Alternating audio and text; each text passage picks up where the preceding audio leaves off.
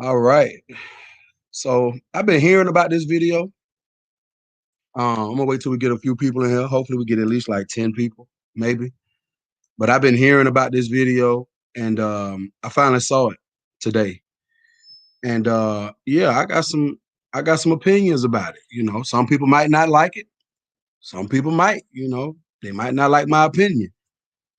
But I gotta express how I feel about it. I saw this on Willie D from the Ghetto Boys. He posted it on his IG. Um, and basically this girl right here, they're trying to say that the father and the stepmom, they're trying to say that this is child abuse. Okay. I'm wait till we get a few more people in the room. Oh, what up, B Brown? You say you just saw the video. Like, I just watched it. So of course, I like to keep it real. I like to go live when it's like fresh on my heart. You feel what I'm saying? So, like I say, I just saw the video. My man B Brown, he just saw the video as well. So I'm gonna wait till we get about maybe 10 people in here, and then I'm gonna start the video up. But just remember that you got some people saying that this is child abuse. And I'm gonna say that before I even play the video, I'm gonna say that I don't think that what I just saw, I don't think what I just saw is child abuse. What's up, Mean Mug? I think that what I just witnessed on this video, and as y'all can see from the screen, yes, it did get a little out of hand. Like he had to literally, and that's his daughter. He's the real biological father, and that's the stepmom that's recorded. So I don't want to hear nobody talking about, that's the stepdaddy. Well, from what they saying is this is the real father. Okay. We only got 3 people in here. You know what? But I'm gonna go ahead and I'm gonna start the video. And if I have to replay it, I will. All right, now we got 6. So I'm gonna start this video. Y'all tell me what y'all think.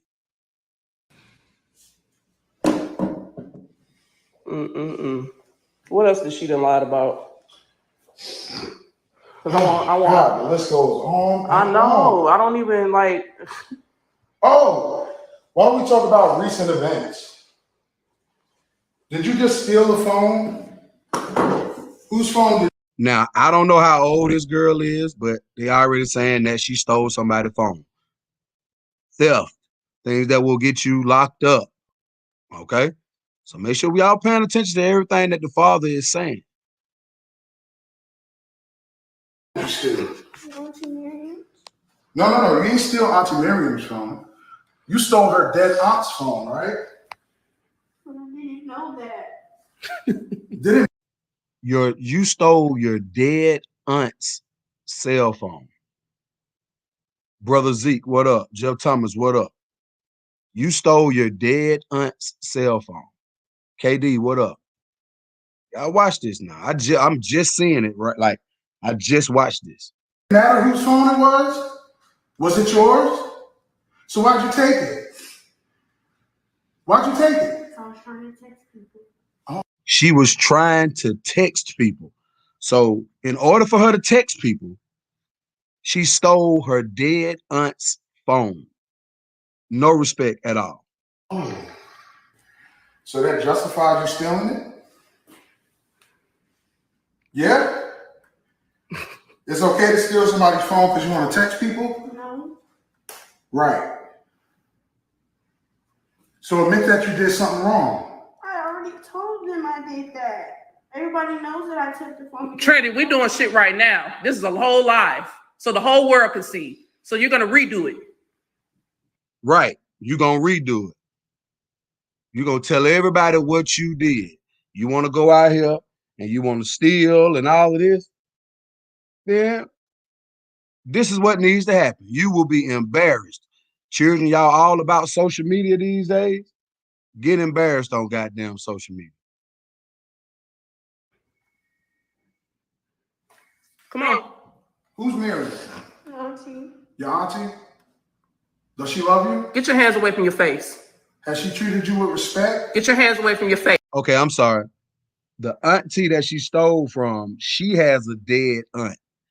So the little girl stole her aunt's dead aunt's phone so that she could text. Get your hands away from your face. Hey. Didn't he tell you get your hands from your face? Didn't he tell you get your hands down from your face?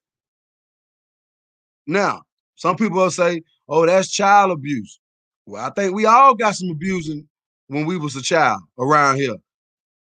Hold up. I am who I am say it's child abuse because they posted for the world having to say, oh, excuse me. It's child abuse because they posted for the world to have something to say. Remember, it's not what really happened, it's what people have to say about what you did. Facts. I agree with that. Put your hands on your lap.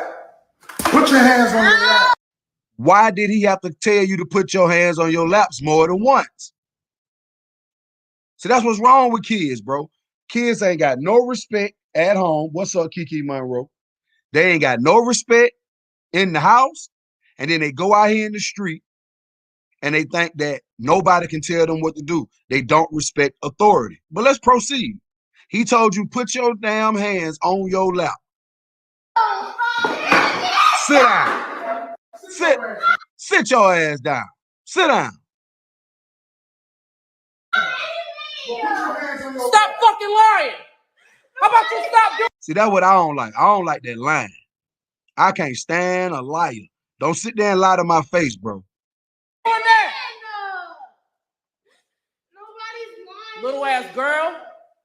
Little ass Put girl. your feet on the ground. Nobody is Put your lying. feet on the ground. Now, that's 2 times he done told her, put your feet on the ground. KD say she worked for child services. She don't see nothing wrong. I don't see nothing wrong with it either. But my thing is, he's already told you 2 times to put your feet on the ground. But she is refusing to listen to the commands of the person who actually takes care of her. So what you think she gonna do when she out in the street and the police tell her to sit down and be quiet? Do what the fuck I'm And then pushed his hand. Pushed his hand. telling you to do. And that's your And problem. put your hands on your lap. Put your Look. Ain't put her hands down yet. What up, Angie? What's going on with it? Brother Z say thinking the social media shaming gonna save him. Hell no, parents. Right. Fatality. I agree. Putting it on social media is not gonna help. If anything, they're gonna condemn, as they're doing, they're gonna condemn the parents. hands on your lap. Let me tell y'all something. When I was younger, and my dad had told me to put my hands on my lap, he had to tell me about once. He might have had to tell me half of the second time. You understand? Because STL, what up? He said it that first time, I already knew my daddy meant business. You know what I mean? Put your hand on your lap. That's 3 times. Put it on Hold your up. lap. Hold on. Who you balling your fists up for? I wish I might have would have balled my fists up at my dad. Mr. Law ain't play that. You understand me? Put your hands on your lap. Stop touching you. This your daddy, fool. Everything you got on, he paid for it. The house you living in, he bought it. The bed you sleep in, he paid for it. Put your hands on your lap. The food you eat, he paid for it. No respect for authority. That is the problem. The hood conservative. This is why they say you're not supposed to see how the sausage gets made. I agree with that 100%. Put your hands on your lap. Put your hands on your lap. You're not playing that shit. I hold them there for you. I hold them there for you. She break my damn I garage. hold them there for you. Pick your head up. My question is, this is supposed to be abusive? I ain't seen a belt come out yet. Pick your head up. Pick your head up. And keep your hands on your lap. Put them on your lap. You can't stop that, right? You can't stop that, right? I got more control over you than you do. Look at her. She fighting. She fighting. She is fighting, bro. She thinks she can do what she want to do. No respect for authority. if you don't start it in the household, when they go out in the world, it's gonna be even worse for them. You think you're gonna beat me? You can try. You can try. Once I would have put that leg up, my dad would have flipped me out that chair. Swear to God, he would, hey, it would have been over with. He'd have flipped me out the chair. Get off of me! Get off me! You can try. Get off of me with my foot in my daddy's stomach? Is you crazy? Are you crazy? Y'all make sure y'all get the lights up, man. Y'all make sure y'all get the lights up, man. Get off of me! Put your feet down. Put your feet down. Put your feet down. How many times do he supposed to say this? Put your feet down. Put your foot down. You see how you don't want to listen? And you see how not listening makes it harder on yourself? Exactly, Brother Z. Exactly, Brother Z. No belts, no weapons. I would have been got slapped in the mouth. Jeff Thomas say people reaction would be different if he was white. Tommy Lee Anderson was on camera fighting his son and no uproar. See what I mean? You're not gonna win. Put your feet down. You yell one more goddamn time. I'm not you. Who you yelling at? Who is you yelling at? Are you serious, bro? Fuck out. You gonna win? You gonna win? You think you gonna win? Put your feet down. Put your feet down. Put your feet down. Now, this little girl, I'm telling y'all, this little girl, she think she can do whatever she want to do. You can look at her and tell that in her mind, she thinks she right for whatever she do. If you don't break that shit at home, it's gonna go out in the street. Put your feet down. Put your feet down. But you need to watch Look at her putting her, man. what the fuck you say. Watch your fucking mouth. Watch your. Did she just kick at the stepmama? So I'm gonna tell you what part of it is. She don't like that stepmama. See, that's what it is. She don't like that stepmama. So that little girl, she got some emotional issues going on, but that still does not eliminate the fact that you need to listen to what you are told by these adults. Fucking mouth. Watch your mouth. Watch your fucking mouth. You can't do shit. What you gonna do? You can't What you do gonna shit. do? What the fuck you gonna do? He's trying to teach her. Let me see. Right, Angie, I feel the same way. This didn't just start today or whenever this video was filmed. This girl been doing stuff that she should have been reprimanded or disciplined about prior to this. Straight up. For it to get this far, y'all ain't been doing what y'all supposed to do. Yeah. Nothing. You ain't no fucking gangster now. Bitch. Fuck you. Don't you ever put your goddamn hands on me, I will fuck your ass up. Kick me again. You wanna fight? Now what? The fact that he had to put her in the MMA grappling move down to the ground, like Angie just said, how did she get this? How did this go this far for so long? Brother Zeke says, yo, definitely a generational difference for real, for real. If she won't comply with her parents, white people aren't gonna have, the white people will have something for her. Exactly. Now what? Now what? Look at this. Where you going? Where you going? You think you can handle yourself? What you gonna do with me? This is how out of control Trinity What you is. gonna do with me?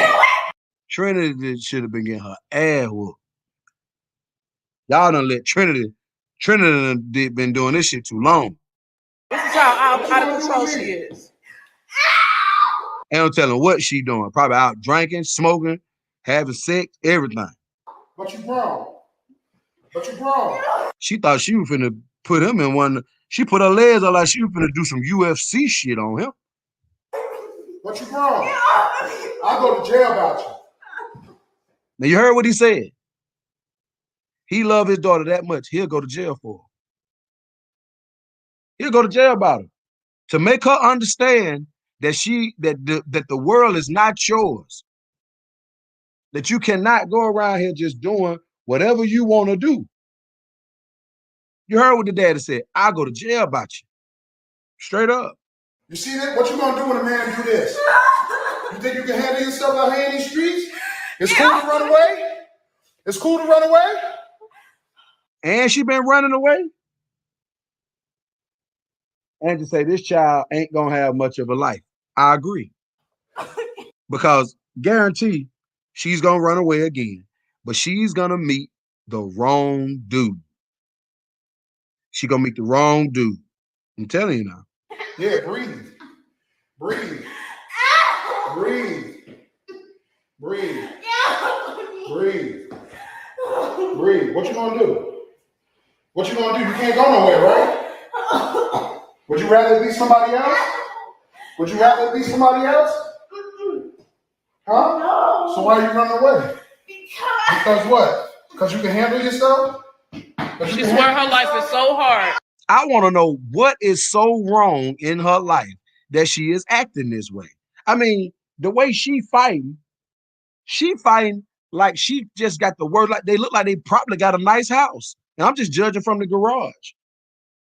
She look like she got on nice things. The dad got on a leather New York hat. You know what I'm saying? So my thing is, she probably growing up with nice things. So what is hurting this girl so much that she got to run away? She's stealing. What is bothering you? But she don't want to listen to nobody. That's her problem. She don't get her way, she run away. She do fuck shit. You think somebody coming to save you? You better call on Jesus. You better call on Jesus. This girl got some mental issue.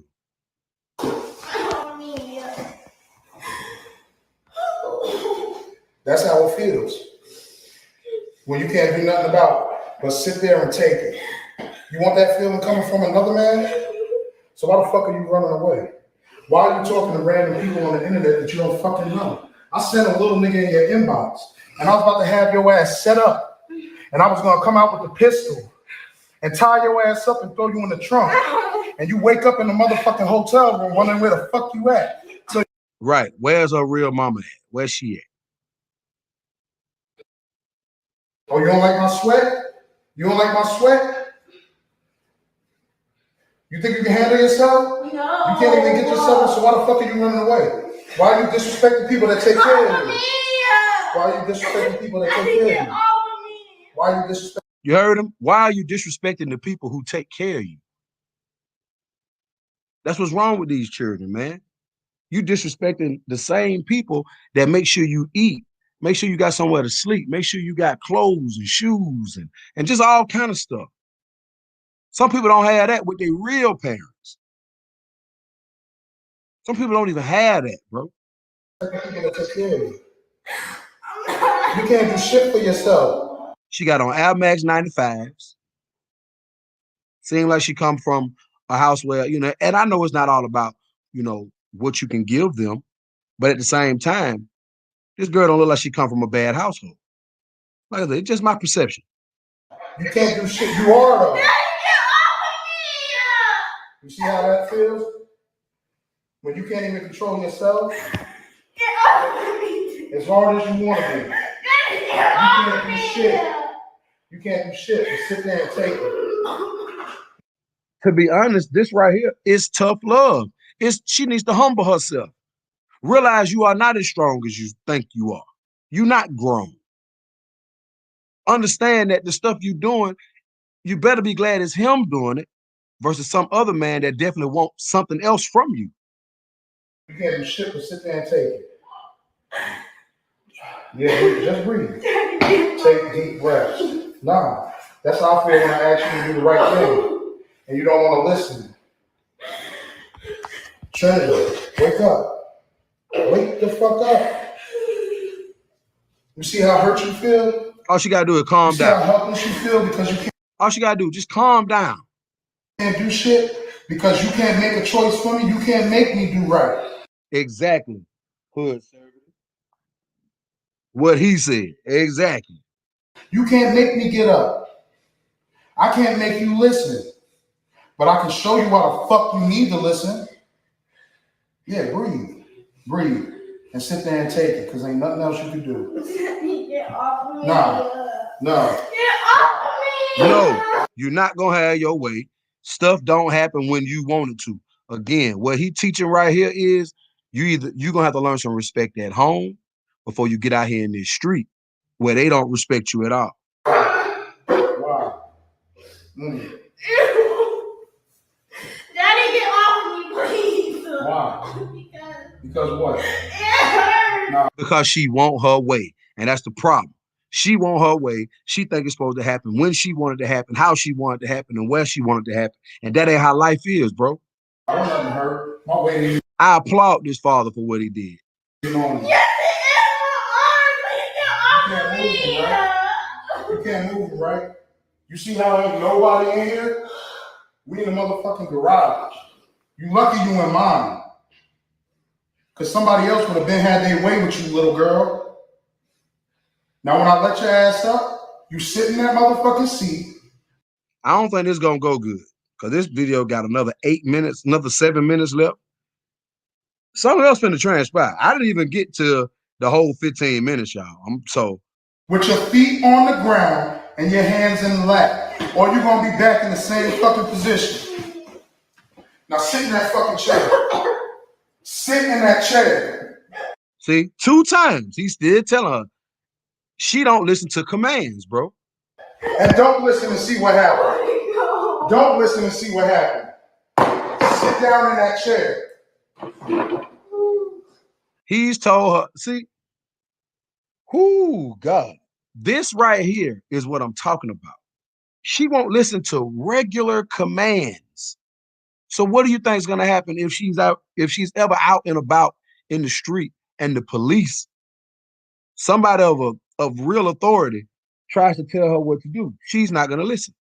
Sit in the chair. He has told her at least 5 times to sit in that chair, and she's taking her sweet ass time to do it. Your feet on the ground and your hands on your lap. Put your hands on your lap. My hands are in my lap. Rest them on your thighs. Rest them. Put them fucking fingers down. All right. We got some act right going on. That's what I'm talking about. We got some act right going on right now. Put them down. Like this. Exactly. And sit there with your fingers down. Exactly. Pay Now attention. you listening. See, he had to do that to get her to understand it ain't about what you want to do. Hey, hood service, put that as a hashtag. Hashtag make whooping great again. Put that as a hashtag, please. When they took away our ability as a parent to be able to actually whoop your children, and they haven't taken it away. They just is just really frowned upon. Just look at the way the kids of today, the generation after me especially, how they don't respect no authority. Hey, what's up, Crystal? As far as I can tell, I am. This is the dad. This is the biological dad, and that's the stepmom.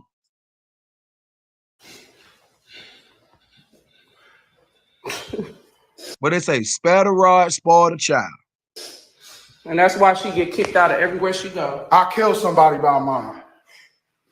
She gonna learn from me before she learn the hard way from somebody else. Exactly. And I mean that shit.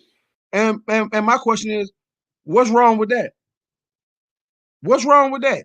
I see let me see how many likes we got. We got 11 likes. We got 2 haters in the building. Y'all get the likes up and piss them off.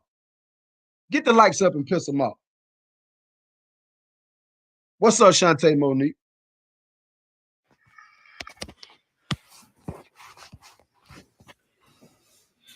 Shit got real, didn't it?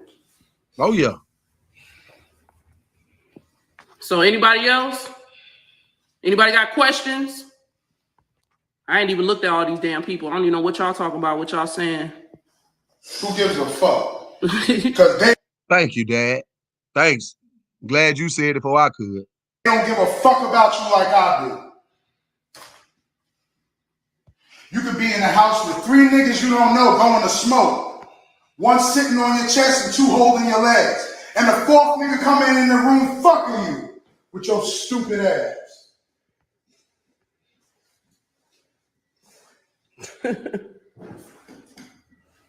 Let me read what Chef just said. Let's learn about Crystal. Say one of her subscribers told her that the mom is actually really messed up. Chef say, I agree, but you have to look at how the parents got that kid to such a disobedient point. I agree. Because this didn't just start today. Brother Zeke, my cash app. Can somebody please put, okay, Angie just put the cash app in there. Money sign Chris Law 1722. Everything is appreciated. Echelon say, I call this tough love. He telling her the truth. I am who I am say he need to have physical custody because it is clear that the mom can't handle her no more at this age. Right.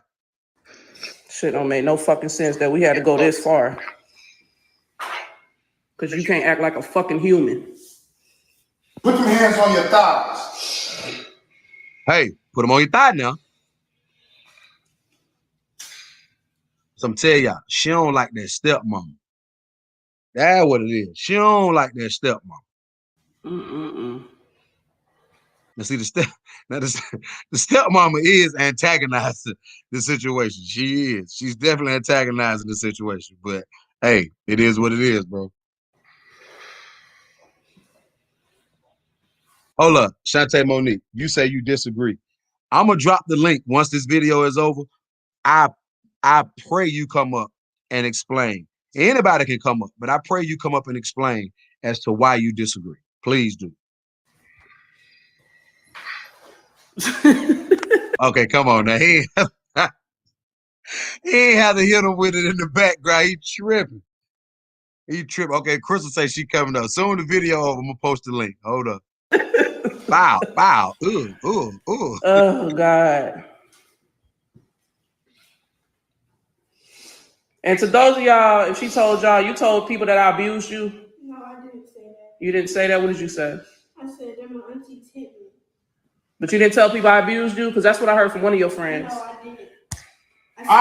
I hit you. I hit your ass. Just now. How about? And I don't give a fuck. Because your ass deserved to be hit before somebody else hit you. Go to the wrong nigga house and steal their phone. Exactly. He trying to teach us something. She need a therapist. I agree with that. It's something going on. You leaving with a headshot, your dumb ass. And a body bag, nigga. Steal from the wrong person out here. Niggas will kill you over $5. Kill you for less. You better start watching First 48. You better Gemini, what up? start watching the news. Chef say, I've never cursed at my son. My little man speaks, reads, and writes 3 languages. Probably could curse me out in all 3 one day, though. I mean, bro, but you know what, though? And that's good that your son is like that. That's good. But everybody ain't like that. Some people need a little bit more rendering.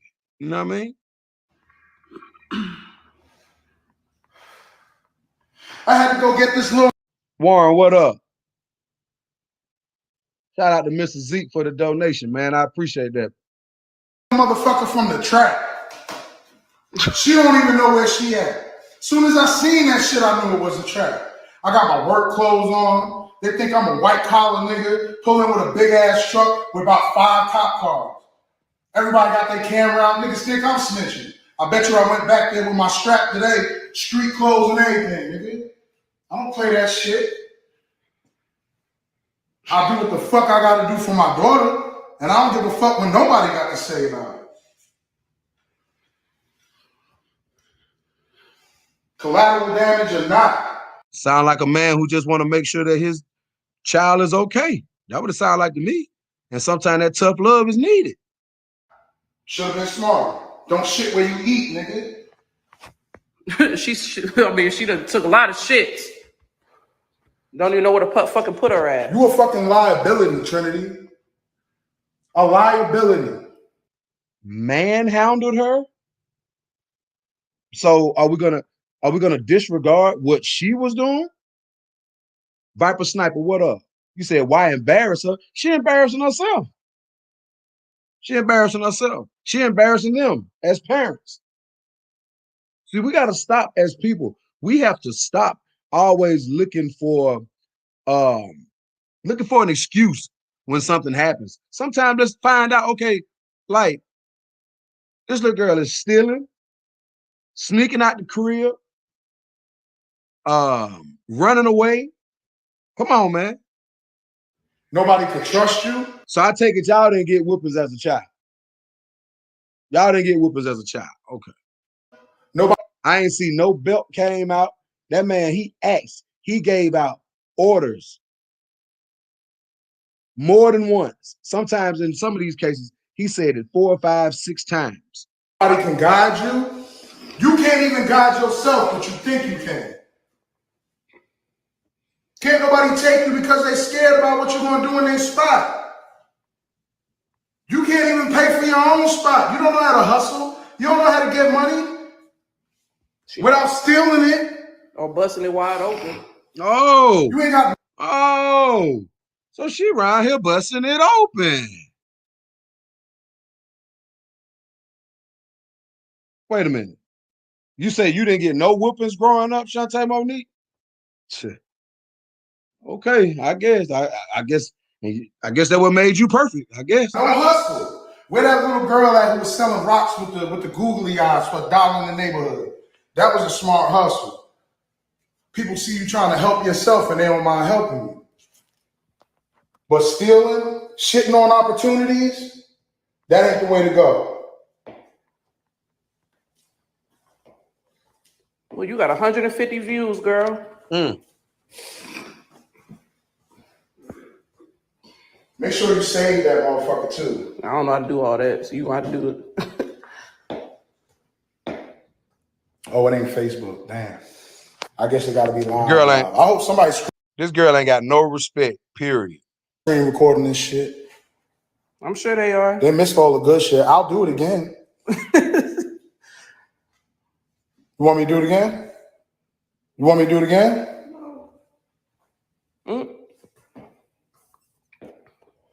Talking about she gonna pull up at somebody's house, drop the Addy. Fuck you gonna do? No. Oh yeah? See what I'm talking about? Nothing but wolf. All that barking, no motherfucking bite. Now look at you. Now look at you. Pretty little girl too. Now look at you. Posting fights and shit. Like she hard. She ain't hard. That's the She only probably got problem. lucky, but she ain't. The only problem with all this, Shantae Monique, is the fact that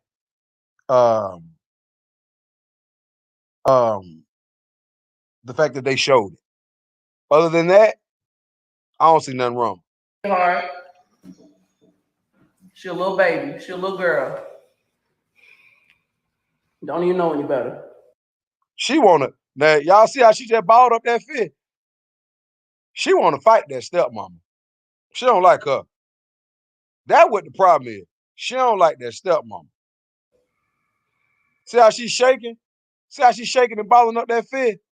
She wanna do something to that stepmama. What else you Popping her knuckles. She ready. She a lot about what your friends know. What do y'all want to know? And yes, that's her real dad. That is her biological father right here. Andrew Eugene Anderson. Andrew Eugene Anderson. Right here. I named Trinity. Trinity Elise Anderson. She got her middle name. Oh, yeah. They go to Ted. From when she was born. Eric Brooker, what's up? Trinity Elise Anderson. Her middle name is Elise because it was a mixture of my sister Elizabeth and my mom's name is. I want y'all to read what STL for you just said. I'm getting ready to drop this link. Soon as this little part over, I'm gonna drop this link. Estelle. born at 9:42 at Henry Medical Hospital on 6/29/06. And I got documentation and custody of her. Oh, this is a little girl. What's she like, 14? And I ain't never been married. 15? And anybody out there? He got custody of her. You know for a fact when the daddy got custody of the child and the mama don't, because they naturally give custody to the mama fucked up. If you are a dad and you didn't marry when you had her, get legitimized. So can't nobody take your daughter from you. Or else this bullshit gonna happen.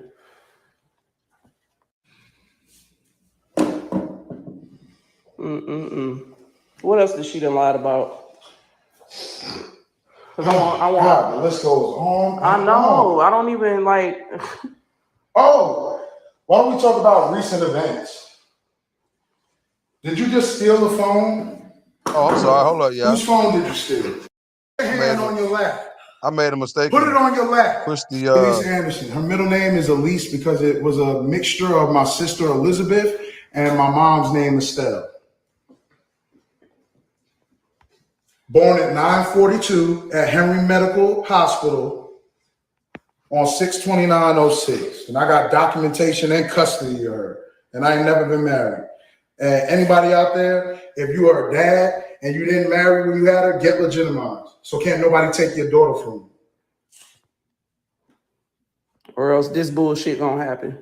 All right, that's the end of it. So that's the end of it. So I'm gonna drop this link. Let me see what's going on. Yeah, I'm gonna drop this link. Anybody's welcome to come up. Anybody's welcome to come up. Shit, hold up. How you do this shit?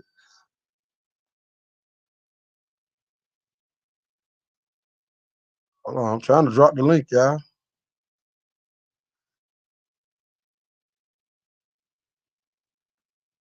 All right, y'all hold on 1 second. Let me copy it to the clipboard.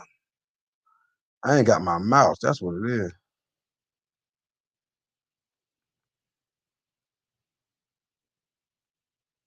Damn, hold up, man. I'm trying.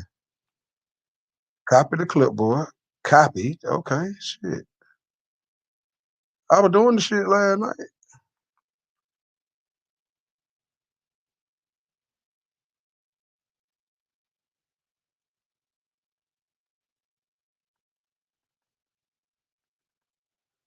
I can't goddamn copy the motherfucker. Oh, there we go. All right, there go the link. You know what I'm saying? But yeah, I don't see nothing wrong with nothing they did, man. Because at the end of the day, there's a lot of children out here who I feel as though if they had got their ass whooped, it'd be a lot of stuff that wouldn't be going on with them. Right. Eric Brooker say, Chris, did you see Cardi B get cooked? No, I didn't. I didn't see it. Hold on, I got Crystal coming up. Crystal, what's up? What's up, Chris Law? Everything, man. Hi to the chat. Well, I was just doing the live stream and my son was telling me about this story. Mm-hmm. And I have to do my little research on it, but he was saying that the mother was a piece of shit and the parents have felt this little girl. I definitely don't agree with what this little girl did. She should have been disciplined. But he was saying how her mother is on Backpage and OnlyFans, and she had told her father that she didn't want her.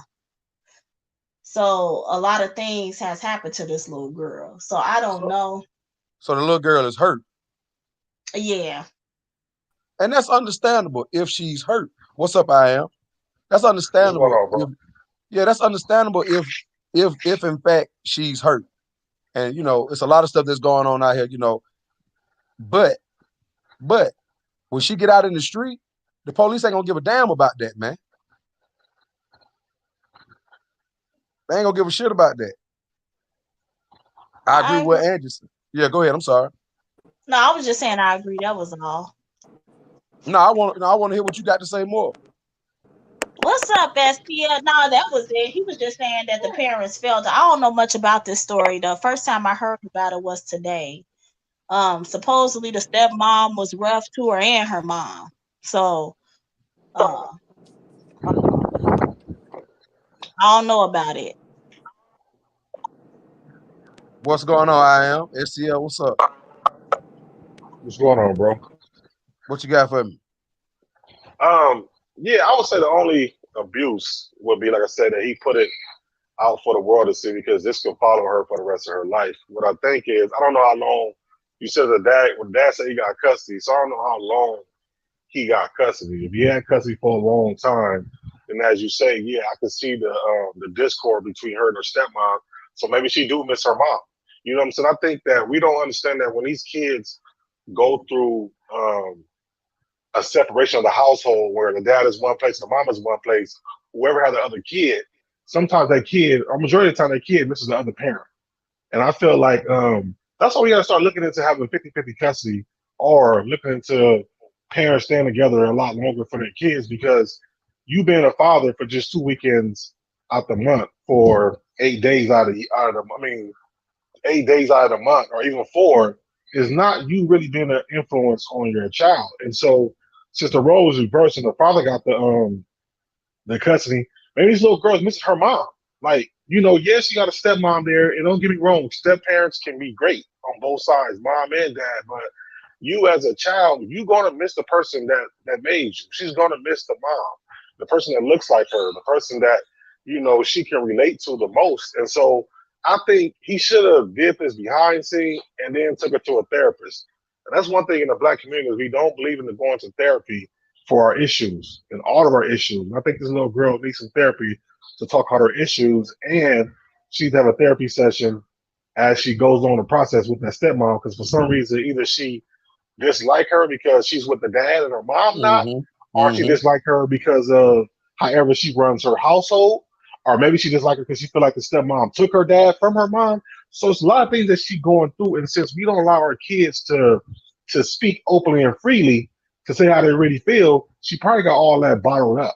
You know what I'm saying? I mean, I do agree with you on that 100%. Shout out to Uncle Suge. I do agree with all that, and shout out to the Conqueror and Jim Marie for just coming in. I do agree that something is going on. She got some bottled up emotions that she need to get out. She don't like the stepmom, and I do disagree with filming it live and putting it on Facebook or whatever they did it on. And I agree, that is embarrassing. That's like you're already getting your ass whooped and you're getting embarrassed in front of your peers. So everybody gonna be talking about it. And look, we seeing it. This shit went viral. But I do agree that children need their ass whooped. That's just what it is. Like I'm reading Jen Marie's comment. She said, this is abuse, and anyone agreeing with this type of dysfunctional discipline is abusive. The parenting style is toxic. Y'all talk about the streets, but they're forcing her to the streets. Now I gotta agree with Jen Marie on the fact that the way that this just happened, it's gonna definitely force her to do even worse. She is going to run away because she's gonna be embarrassed. Hell, she might even go further and might end up doing something to herself from being embarrassed because younger people take social media way more serious than what we do. But as far as this particular parenting style being toxic, I can't agree with that. Because I would have got worse as a kid. You know what I mean? You know what? I feel like I have a lot of different feelings about this because I feel like she should have been disciplined. I don't feel like they should have put it online, but I feel like her parents did fail her. If her mom is on Backpage and OnlyFans and she's telling people I don't want you when her father took her, and then some step parents is awful. Let's keep it real, and we don't know how the stepmom is treating her. So it could be a real fucked up household that we just don't see. I agree with that. But I also agree, Incognito, what up? But I also agree that wait a minute, it says Waka Flocka's mom, Deb Antony, has taken custody of that girl. Wait a minute, so that was in Atlanta or Georgia? Because I heard him say Henry Medical. So I didn't know he was talking about Henry County Medical, but I agree they shouldn't have put it on. They shouldn't have put it online. Hell no. Because now he might end up going to jail. Well, no, he can't go to jail for it. Because there's really no like beating. I know he slapped her up a couple of times and held her down, but he's gonna get ridicule from the public. Everybody who either don't believe in this kind of punishment is gonna ridicule, and then people who do going to attaboy him. You know what I'm saying? But at the same time, my thing is the long lasting effect that we don't understand what we put out there into the internet world. It stays forever. You might think that you're able to delete it or erase it. No, it stays forever. So she can be a grown woman. A job might get this, or you never know who might get this. You know what I'm saying? She can be running for. Let's just say she's the president of the world one day. The other side gonna bring this up. And say how you stole your auntie's cell phone. So it never goes away. And that's the bad part about it is if he just would have, him and the mom and the stepmom would have just disciplined her this way, and then when it got out, and like I said, took this girl to some therapy, then it'd be a whole lot different situation. Shout out to the family grind and my bossy life just coming into the room. I want to read what the family grind said. She said she works with children like this regularly. They need love, affection, and discipline. Discipline needs to be consistent, but discipline is not confined to the physical. I do agree that they need love, they need affection, but I'm sorry, man. When I was growing up, man, I was disciplined to the utmost. You know what I mean? The love and affection was there, but that discipline, that shit gonna be in place. And see, and that's the thing about parenting. That's the thing about putting it out there. You put it out there for everybody to ridicule or have their opinion. But the thing about parenting, no two people parenting the same way.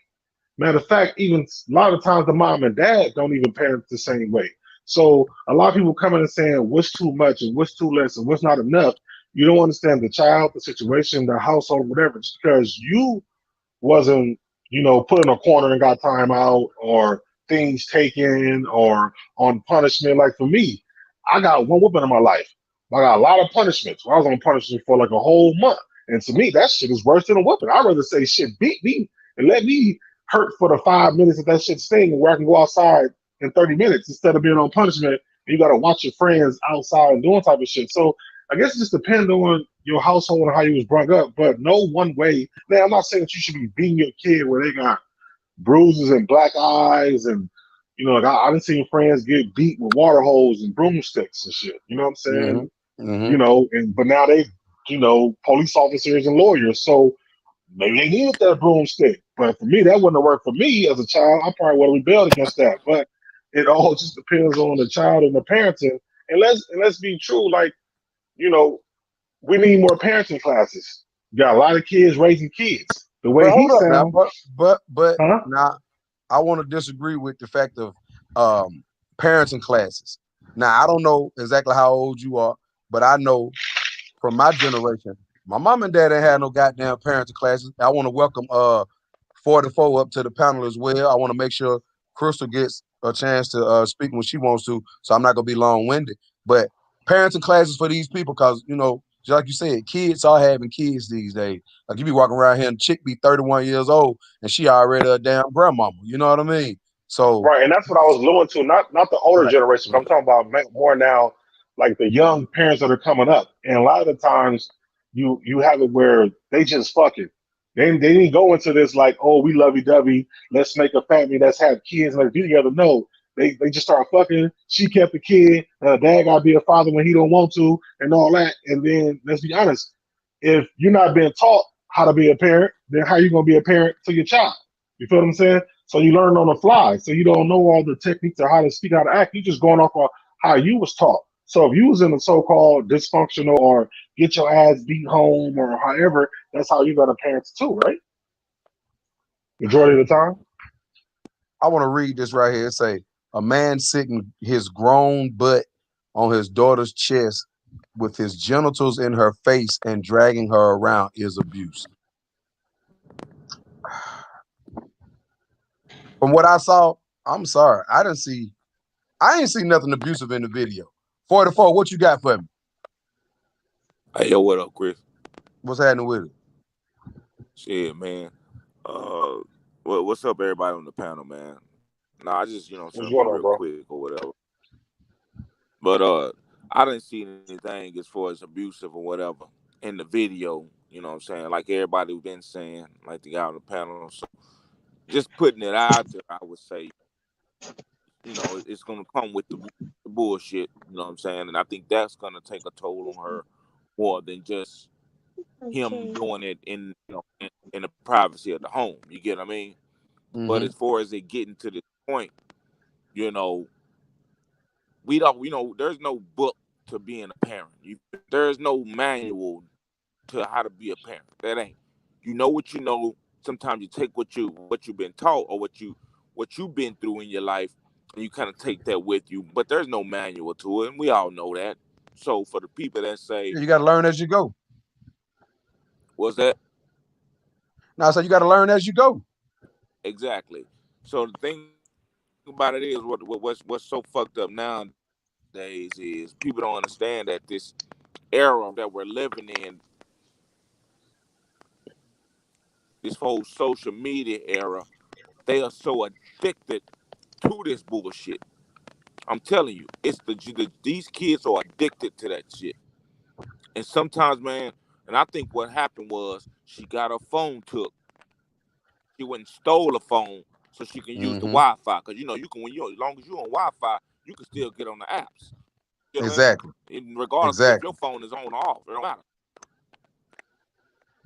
These I kids think that's what it steal was. and take shit. That's exactly what I think. That's exactly what happened. She got her phone took, then she stole from her dead aunt or whoever the hell it was, as they said.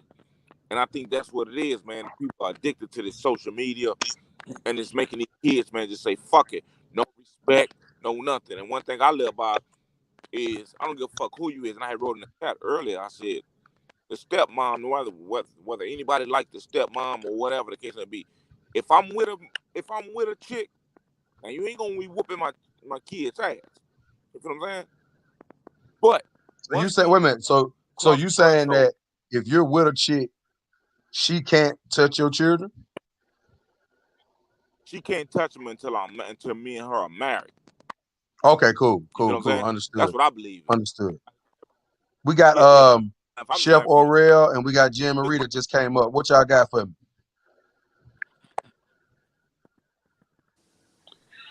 Yeah, Chris, you played the I got it kind of late. You played the whole video already? Yes, sir.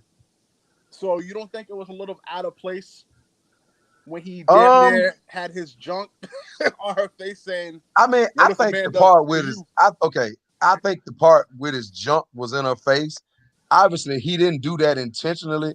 He had his knees on her wrist, and then he realized, like, damn, he putting all his weight down on the wrist, so he moved back and he grabbed her hands. Now, did I think that was a tad bit excessive? Okay, well, yeah, But overall, do I think it was any abuse going on in that video? Hell no.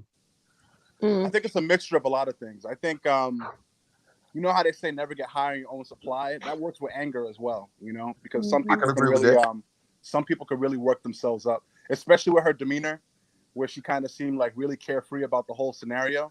I can see how that can get him worked up, and he definitely capitalized on his own anger at some point. And I think the stepmama, she was fueling that shit. What's up, Joy Frazier? Nah, you said Fat Snoop. I gotta see a picture of him, bro. Jim Marie, what you got for me? I was just coming in to say that this was just straight up abuse. I think people focus on the physical only as abuse, but there was psychological, emotional, physical abuse here. And the person who is the representative of the child is the parent first. So even though I'm not going to excuse a little girl for whatever she did, and I'm not saying she's right, and I'm not saying that She didn't need to be disciplined, but it's how she was disciplined. How And would you have disciplined her, Jen? I'm gonna be very honest. Looking at from what I see, there's so much more going on with this family, dysfunctional family that's going on, that I think everybody in that video should have been disciplined. Everybody. It's generational. There's also a stepmother, and I'm not condemning the stepmother, but there's some type of battle between those women. And I'm saying women like the woman and the girl that the father haven't resolved yet, or there's some underlying tone. There's so much psychological, mental underlying tone that we as the people who are viewing, we don't even recognize it. We don't understand. Yeah, because like the household you grow up in, that's what you're conditioned for. Yeah. And I'm not saying whatever she did was right. I'm not saying that, but children are products of their environment. And the fact that that girl really didn't give a fuck says a lot about the parenting and the toxic family or parenting lifestyle. I don't know nothing about the mom. I don't know nothing about the father. I don't know nothing about the stepfather. But something is going on in the household. And too many people are focused on the fact that she was just so disobedient. And they're not focusing on the fact that how they was handling her. Whatever happened to parents talking to the children like they're humans? Kids are allowed to express their feelings that, okay, I'm not happy in a situation. You don't have to put your weight on top of the kid to kind of understand your kid. There's a difference between fucking your kid up and understanding why your kid don't like broccoli. But can I ask this question? So, and I don't think you answered it, but maybe you did within what you were saying. Based on what you saw, same situation. She ran away. She stole her dead aunt's phone. I want to ask, how would you have handled it? Number one, but also at the same time, we don't know what other stuff she had already done to get to that point. But I am going to ask, how would you have handled that? So my first thing, I don't have the perfect answer. This is just me answering randomly as you asked me. Right. I want to know, why the fuck is she stealing her aunt's phone? Why the fuck? And what was the other thing? She stole her aunt's phone, and then what else? She ran away. And she ran away. That's a red flag right there. That's a red flag. I think something sexual might have been involved too. I'm not sure. I don't know how old she is. I was fucking when I started at 16, so I don't know. That might be the norm now. Cardi B, WAP, and everything. But why did she run away? The fact that she's running away from home, red flag there. But they say it's something about she was going out to see boys, and the dad. And then, I'm just going by the conversation that I kind of heard within him going off on her. It was something about that. She ran away. She was, secretly trying to hook up and go meet up with different little boys and stuff. The girl's 14. And then come to find out she's in Georgia. We the number one spot for damn sex trafficking. And I agree. And now that you've given me that information, why is she running away at 14 years old? Connecting with boys? What the fuck is going on? What is the relationship like between the father and that daughter where she needs to run away? There's some type of breakdown and dysfunction between the household. I'm not saying the father's wrong. Let me just clear this up. I'm not saying he's wrong. I'm not saying she's wrong. I'm saying something is not right. The fact that this girl is running away, I want to ask her some fucking questions. And then I want to ask the father some questions, because guess what? From what I saw, the father was doing things that he thought was right, but there's also some things that he was taught to make him think that was right. We're not in 1980s. We're not in 1990s. We're not in the 2000s. Chris, I think we're both millennials.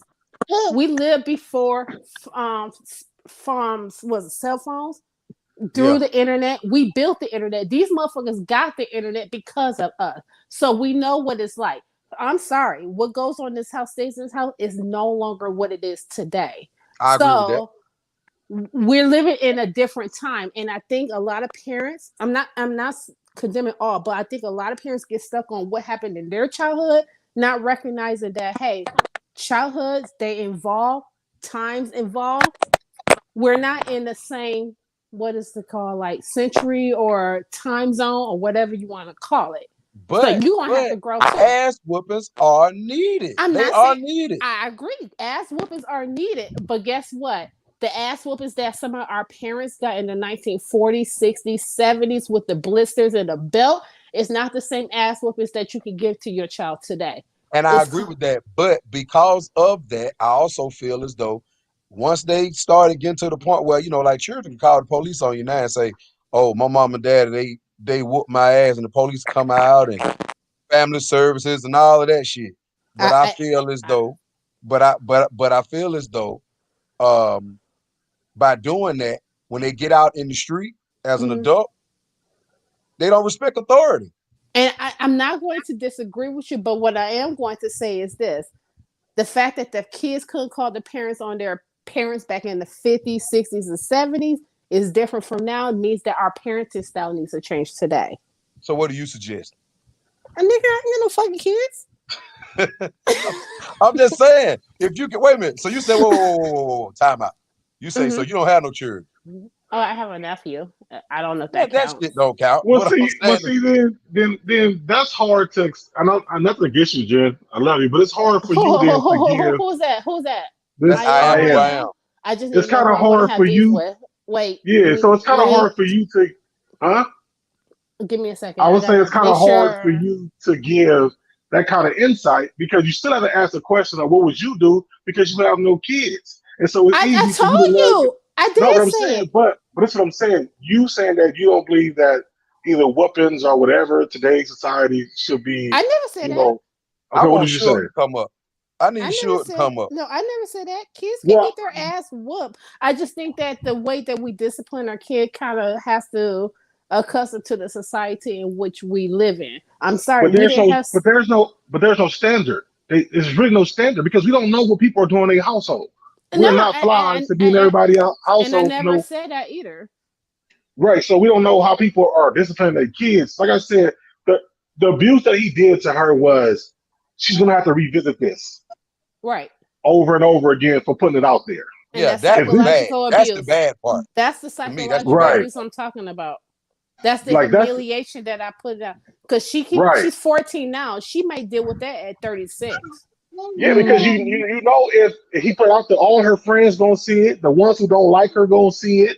Anybody who hate her gonna see it, and they're gonna use this against her. So she's gonna get teased with this situation for a very long time. He might take her out of school. That's why I said she's gonna need therapy. Right. And then I also agreed that her and that mom has some issues, and I don't know if it's the mom parenting or if it's more the fact that the mom is with her dad. And see, I don't know how long the dad got custody. You know what I'm saying? Right, I'm saying I don't know how long it's been since the dad had custody of her. Has it been a few years or just recently or whatever? But I think that the behavior started with the mom. The dad got her, and since he didn't have her, you know how to deal with her. That's just an assumption because we really don't know. Like I said, they're obvious. All right, I'm gonna agree with you on this. I am who I am. There is some type of clash with the stepmom and the daughter. But I don't know if that behavior started with the mom. That could have started well into that girl's like kindergarten years, elementary years, middle school years. And I think at 14 you're in high school. Who knows? I don't know the family history, so I can't speak on that. The reason why I say I don't think so is because how the dad's acting now. If he's acting like that now, then I'm sure he would act like that throughout her whole life if he had her. You know what I'm saying? I can agree only partially, because like I said, I don't know what his parenting style in the relationship is with them two. The fact that she wasn't even comfortable expressing herself, and the fact that he wasn't even comfortable expressing his discipline towards her without putting it on social media. That says a lot about him as a grown man, that he has to put his daughter, not protect her, but put her on social media to discipline her. What happened to having a safe haven for her? Well, the dude, he looks like he's in the street, dude, because he's got on a jersey. Like, people really don't wear jerseys no more. So that's a dead giveaway right there. So with that being said, he did a couple of jail sentences and all that. So that means that he's thinking from a hood mentality of seeing his little homies or ex-little homies, how they do young girls. You know what I'm saying? Whether they having sex with them early, where they taking it and all that, whatever. So he's coming from, to me, in my eyes, from that kind of situation instead of And that was a good thing though, because And you that need was, to teach her that. and I agree. I'm gonna say this. I agree with What's his up, concern misunderstood? in that area. I Jump totally tech agree. video. What's up? It was just how he went about it. You want your daughter to trust you. You I her mean, first yeah, love. but shit. At this point, this girl and we got the family grind just came up onto the crib. Shout out to Jump Power Video and Misunderstood too. They in the chat. Hey everybody. And Crystal, Hey, what's up? I don't want Crystal but, to feel like she ain't got nothing to say now. no, it's okay. Hey, Jen Marie. Hey girl. Hey Crystal. Hey love. How I you haven't doing? spoken to you. I know it's good to hear you on the panel. I know. I'm kind of conflicted on this, only because they said that her biological mom was on Backpage and she has an OnlyFans. And she told the father that she didn't even want her. So this little girl has grown up without a mother that's pretty much doing her own thing, not even liking her. What's And her OnlyFans? We need to pull it up. I'm not sure my subby was telling me this. Well, And her relationship, we gonna find out. We gonna have to find out. yeah, and her stepmom didn't really like her, and you could see the dynamic between her and her father. So it's kind of like everybody felt this girl, but at the same time, if somebody molested my child, because she was accused of molesting her little sister, right? Wait a minute, say that again. They said she was accused of molesting her little sister. Talking about the girl that was in the video? Yeah. See what I'm saying? Come on now. See, we don't know. Come Anybody on. can put out anything, and Yeah, you we need to get some really more don't information know. on If this. I could just chime in, hello everybody. What's going on, family I'm grind? actually, how y'all doing? How you Cool. doing? Everybody hit the like, man. I know we ain't over here talking about drama, so y'all don't like it. But if you in here watching, go ahead and hit the like, man. Go ahead. I'm sorry, Hit that family like grind. button. But I'm glad that was brought up because someone in the chat said that earlier that she was accused in the video of touching a small child. And so with me having that background, I've had foster kids. I have 5 biological kids, and I'm raising a child, a relative who was in the foster care system. I've also worked with local school districts, community centers, runaway shelters. So I have the unique experience, in that field, working with children that have been through things in their lives that display certain behaviors. But I wanted to just put it out there that, we have to fall back with judging. I'm telling you firsthand. I agree. I've worked with children that I have, gone out of my way to try to help because they have been through things in their lives. But some children have a streak of rebellion, and spankings don't cure it. Talking to them don't cure it. Buying them things doesn't cure it. Providing all their needs doesn't cure it. Some children go through life, and some, I just got to be honest, have to bump their heads before they really learn things in life, right? And so if the young girl was molested, then it's likely that she has molested someone, because one thing about trauma, and when you deal with, informed trauma care, it repeats itself, right? So when a child experiences some type of sexual or abusive, some type of form of trauma, they tend to inflict that same level of trauma on younger children, right? And so this and you know what? I gotta agree with that because this girl I went to school with, of course, she will remain nameless. She grew up and her uncle used to mess with her, and now she into messing with younger kids. She into it. That's what she like. See, as weird as it is, but we had a whole conversation about it a couple of years back. She was like, yeah, and because of what happened to her, she said she started to actually like what was going on between her and the uncle. And then come to find out, like, she ended up, messing with a couple of young kids, boys and girls. You know what I'm saying? I'm talking about as an adult. Right. So I agree. Like, when people grow up that way, Some of them, they go through a thing of where sex is like the worst thing in the world to them. And then you got some of them that it be the total opposite. Like they just be some freaks. They be freaked out. You know what I'm saying? They have a desire for it. And that's true. And then we also, so, you know, a lot of my work that I've done has been a lot of parent and family engagement. So a lot of times I played the role of an intermediary, say between school districts and parents and things of that nature. So we really got to get out of the habit. Now, parents are first and foremost, yeah, they are responsible for those children. And you can, you know, put the bulk of the blame on parents, but we also have to understand that when you deal with trauma, society plays a role in trauma. Going to school with other children that have been through things and experienced things or inflicted those things on another child, they will take that stuff home with them. And that's something that I learned as a parent. I had heard other parents talk about that, like, oh, she picked that up from school, you know, and that's why a lot of old school parents, and now I'm on the cuff.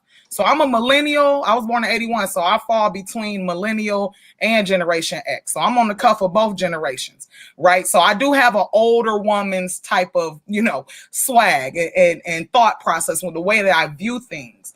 But, you know, we really got to take into account that children go to school and experience all forms of bullying, abuse. They deal with oppression, racism, all kinds of things. And so all those factors can create trauma. And then coming home and kind of projecting that on younger siblings, and especially if you're dealing with parents who really don't know how to deal with that. Maybe they never experienced that. They never acted like that with their parent. It's going to be harder for them to deal with it. And they might take extreme measures because maybe they're afraid to get help because they don't want people in their business, or they're afraid that someone might try to take their children. Because when you look at, and not making this thing about, they shouldn't have been videotaped. Like I said, that's the only part that I don't agree with. That is true. Somebody got feedback coming back, so if y'all playing the video in the background, y'all want, you know, so you got to turn that down. But that's the only part I disagree with. I disagree with the fact that you sat there and you videotaped it. I would have did the same shit. I just want to take the shit. I'm just being honest. Okay. Yeah, that was a little absurd. I would have got on her ass. Number one, you around here messing with a little kid. And again, I know an ass whooping don't solve everything, but I do feel as though sometimes an ass whooping is needed. You can't, all children ain't just able to be talked to all the time. Some of them need AW, ass whooping. Just what I feel. It depends on the parent if they are mature enough to understand the difference between an ass whooping between a rebellious child versus a resilient child. Give me the difference. I mean, rebellious is the one that kind of, you know, just say fuck it, go against you, like fuck you. Okay, yeah, you can whoop my ass, blah blah blah. But it is what. So you saying if they rebellious, whoop their ass, but versus no, I'm not saying that. No, there's a difference between a rebellious and a resilient. There's rebellious that's just going to go against the grain and say fuck it, but then it's that resilient child that regardless of their circumstance, it's kind of like that scapegoat, that black sheep of the family. They gonna get blamed whether they right or wrong, and they're gonna overcome whatever. So sometimes some parents live their lives through their children. And that child is saying, I'm not going to live my life according to whatever opportunity you missed in your childhood or growing up or what you think I'm supposed to be. So I'm going to be resilient against what is going on, and I'm not going to let you break me. And I'm going to succeed and continue to go on, going forward in life. Versus that, you know, like that rebellious, just, I'm not going to say they don't give a fuck, but how can I'm trying to explain it the best way I can. There's a difference between a rebellious child and a person who's just resilient towards their environment. See, I thought resilient was something as in something positive. You know what I mean? Yeah. So I didn't think that resiliency had anything to do with a child that ain't doing what you're telling them to do. It depends on how you look into it. I mean, like, you could think of it like this. You could be a child that's born into like a drug family. Everybody is on drugs, doing this and doing that. You may not. You may not. If you being resilient, and I didn't mean to cut you off. I'm sorry, but it's different if you being resilient, as in to overcome the negatives that's going on within your household. Like you said, say for instance, if you got a mom and a dad and they both do meth and coke every day, you know what I'm saying? Then you're resilient enough to rise above that. Right. But as far as like, if you're not going through that, you don't have bad parents. You got parents where you got every essential thing you need and then some. You getting the love. You getting maybe not all the love you want. Resilience. Right. That's Well, what the maybe person you is not saying. getting all the love you Well, I'll want. say this: So the resilience, can I will come in on how she bounced back from this, Yeah, and that's where she goes from here. Because like I said, she's going to get a lot of taunting, a lot of bullying. Well, hopefully she don't. But in the world we live in, we know it's going to happen. So it's kind of on how she learns from this and then moves forward to become something special in this world. And like I was trying to suggest, she definitely needs therapy, though. The whole family does, but she needs She's gonna therapy. need some therapy after what just happened on this video. Hell yeah. Yeah. Right. And I also want to say resilience don't only come in the form of just overcoming what your family's issues are. Like if your mom was alcoholic, you're gonna be resilient and you're not gonna be there. It comes in many forms, whether it's like alcohol abuse, narcissism, overachieving, being neglectful, emotionally unavailable. There's so many areas that you could be resilient against what environment you came from. I'm not going to just target the parent. I'm going to target just where you come from. So it's kind of like that gray area of a blanket of things. I mean, I'm not trying to dog parents, but sometimes parents live their lives through their children of what they miss out on, and they think that their children are supposed to do that. You know, maybe that father was abused in that way, like he did his daughter. I mean, that's possible, but it seemed like to me this little girl. And put your hands on this and this and that. And no, I'm sorry. I was going to say, it seemed like this little girl just do a lot of fucked up shit, and it might have been to the point where they were just tired of it. I think that's why the old folks used to say, "Don't spank your kids when you're angry." Yeah, you know what I'm saying? They'll take a deep breath and come get your tail later on that night or wake you up out your sleep. You know what I'm saying? I mean, so all in all, so out of everybody on the panel, we got 5 people. Who all feel like this was child abuse? I want to start with, let's learn about Crystal. Oh, she might have went to the bathroom or something. No, my What you phone say, was I am? going in and out, so I don't. Oh, okay, okay. I'm sorry. So, do you feel like this was child abuse, Crystal? You know what? I'm sorry. I was listening, you all. My baby was fussy. But I think it was child abuse. But then again, I'm like in the middle with this, because if she molested her younger sibling, she should have been disciplined. Yeah. But what I had put it for the world to see, no. But I think it need to be consequences for actions like that. But I don't know her story, because a lot of parents will do stuff real fucked up to children, and they'll turn around and play innocent and act like they don't know why the child is a certain way. So I don't know her story. Okay, so what you say, I am? Child abuse or tough love? I would say a mixture of both. Like I said, I stand on my stance that I feel like him broadcasting to the world was child abuse for that child. But I think the actions wasn't so much, and we got to take into that we don't know the father lifestyle background, and I think that as a man in his situation, he was doing what he felt was right, and also he doing it in the company of another woman. And since the woman, I don't know her either, she could be whatever, but since she wasn't going along with it and she was actually going along with him, he kind of felt like, well, then since a woman is here and I'm doing this, then maybe I'm doing it the right way, or I'm doing it, educationally wise to the daughter. So I say a little bit of both, but we can't just go and jump on the father, because he is taking his daughter and trying to raise her. He might not be equipped to raise her like he should. Maybe he needs some parenting classes too. So like I said, everybody talking about he's sexually touching her and all this and all that. If it was a mother who had her pussy in the boy's face and doing all this, we would say that she's trying to use all her strength to put him down. I don't think the father was exactly trying to put his nuts in the daughter's face or whatever. So let's caution all this, sexual talk or whatever and just focus on the action. And like I said, I think it was only abuse because he broadcasted it. I agree. I What disagree. about you, Family Grind? I am said it. I mean, he pretty much took the words out of my mouth. They were out of order for putting that out there for the world to see. I just questioned the woman because she was the one filming. So I wonder, just did the father even know that she was live streaming it? You know what I'm saying? Like, did he even know that she was doing that? I mean, at the same time, I wouldn't record it. I mean, if you guys felt like you needed to go that hard, I mean, that's where, that was abusive, on many levels. And then I don't think it was sexual at all. I didn't even get that. Like, I feel like I can point or, discern a creep when I see one. I just certain vibes. I don't think it was nothing creepy about that. I didn't see anything that I felt was creepy. I felt that it was a bit excessive.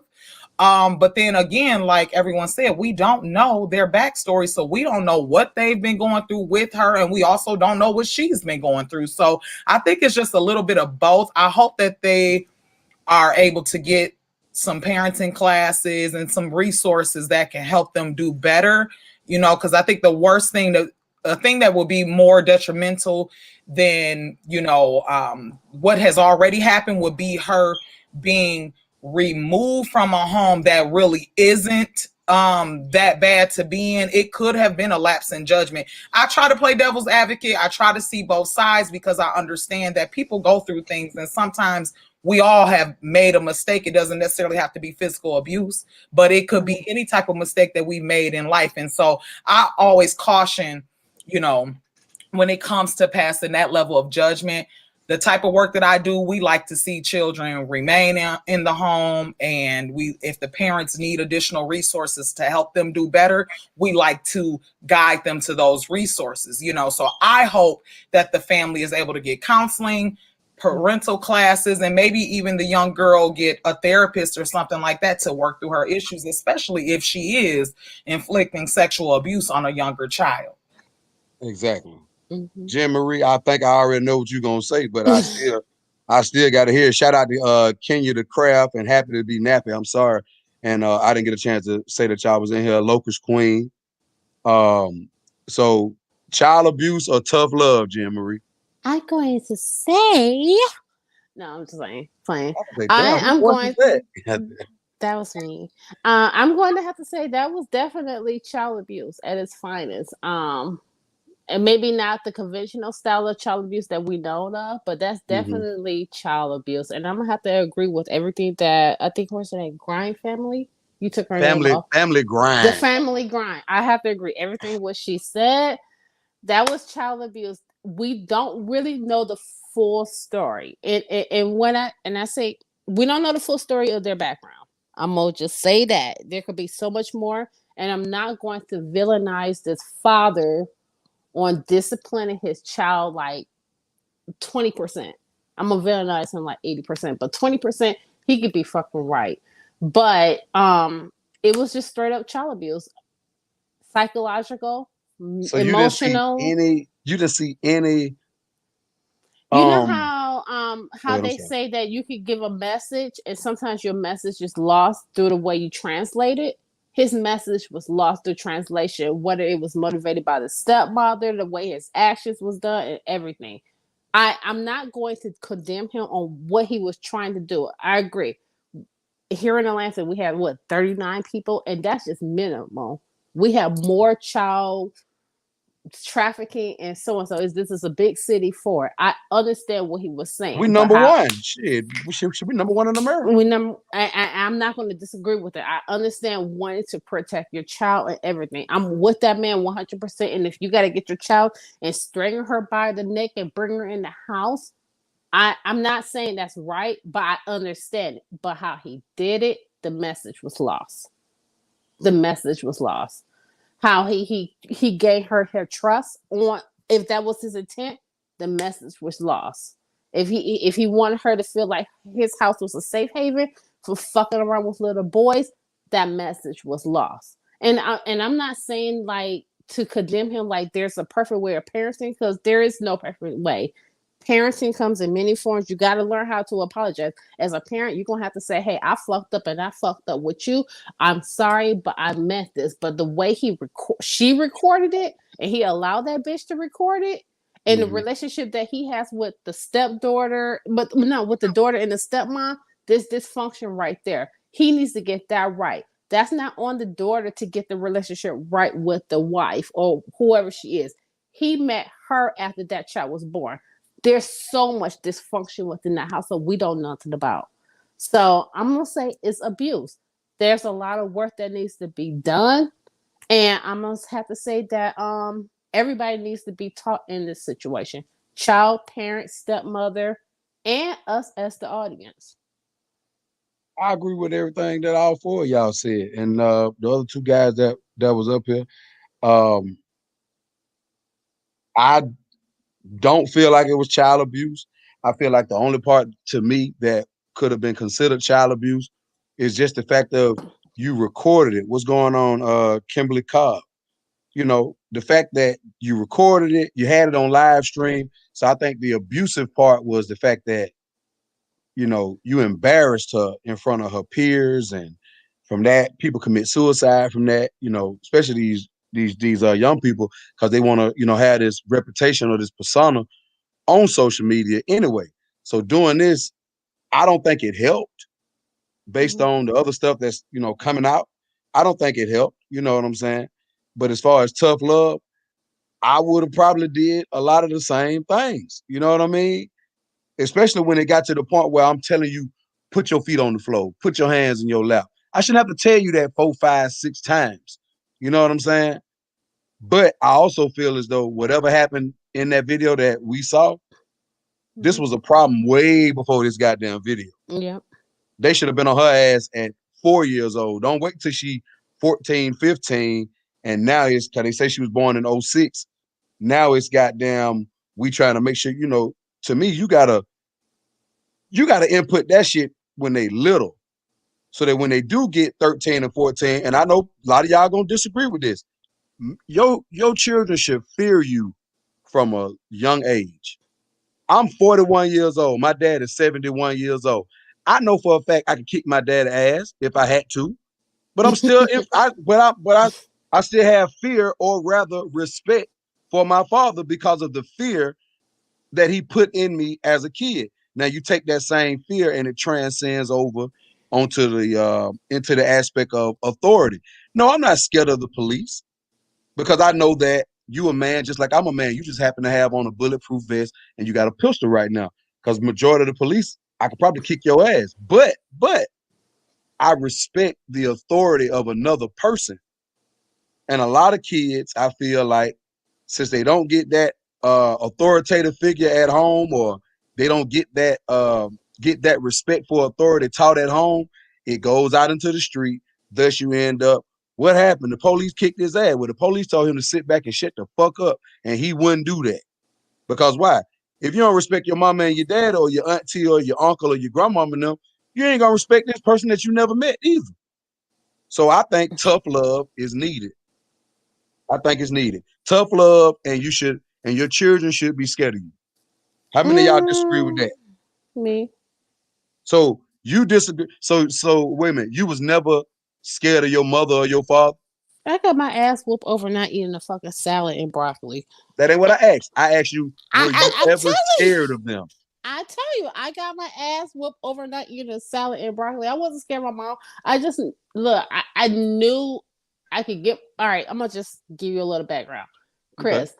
I was born to older parents. I was not born to young parents. I was born to older parents. In kindergarten, my mother had gray hair and everything, like older. I was born to parents in their 40s. Yeah, my mother and daddy was fucking in their older ages. As they should be. What's going on, Mika 32? Exactly. I'm not scared of my mom. It's just a respect and a society shaping of my kind of, I want to say personality or how I think. You know how society you got your ass whooped. No, I never, I promise. I haven't had an ass whooping from the last ass whooping I can remember was like at 5 or 6 years old. And that was from my grandmother. And when she was about to give me the ass with the stitcher cord, I ran to the bathroom and acted like I had to pee. But I didn't have to pee. Oh yeah, that's what they And do. she pulled me That's what off they the do. damn toilet. That was it. My mother never really just whooped my ass, or I never got the beating like that. I didn't grow up in that type of. Well, then maybe you were exceptional, but my dad being a goddamn Vietnam War veteran, former police officer, I was raised like I was in a boot camp. Goddamn, I mean, it just was what it was. So from that, just like, okay, so now I want to get into that. But it's just a thing of, I feel like when you fear and or respect your mother and your father, or however you was raised, whether it could have been a single mom, whatever, Mm-hmm. that respect, it transcends over into your adulthood and you have respect.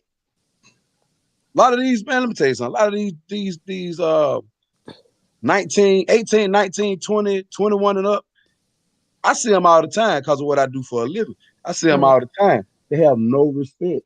And they want you to respect them, but they don't think they got to respect you. Everything is, you trying me. You trying me. Trying you how? Because I asked you a fucking question, little boy? I'm not going to disagree with that. They have no fear. And I think an ass whooping would implement ass whoopings as a child. And like you say your last one was around like 5 or 6 years old. I remember that. I remember the brown stitcher cord. I think ass whoopings should start.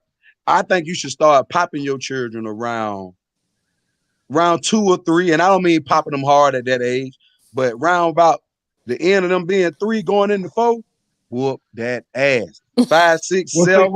I think it just depends on your child. And as a parent, when you're around your child, you learn your child and you learn what they respond to and what they don't. Like I said, I only got one whooping in my life that I can know of. I don't know about 2 or 3, but I got punishments. And to me, punishments is worse. And from a dad who raised his son from the 8th grade to in college now by himself, you know what I'm saying? I got custody of my son. When my son first came to me from living with his mom, there were some things that I didn't agree with. But I sat my son down one day and we had a man to son, man to boy talk about what I'm going to allow to my house, what I'm not going to allow to my house, what I expect from him, what I don't expect. Now, my son was a good child. And we had a couple of incidents, but that was more in high school throwing parties and shit, but we had that. But I think the fact that we had that conversation, and I don't feel that I didn't want my son to fear me. I wanted my son to respect the authority that I had and what I'm trying to implement in him. And I think when kids fear their parents, they don't come and talk.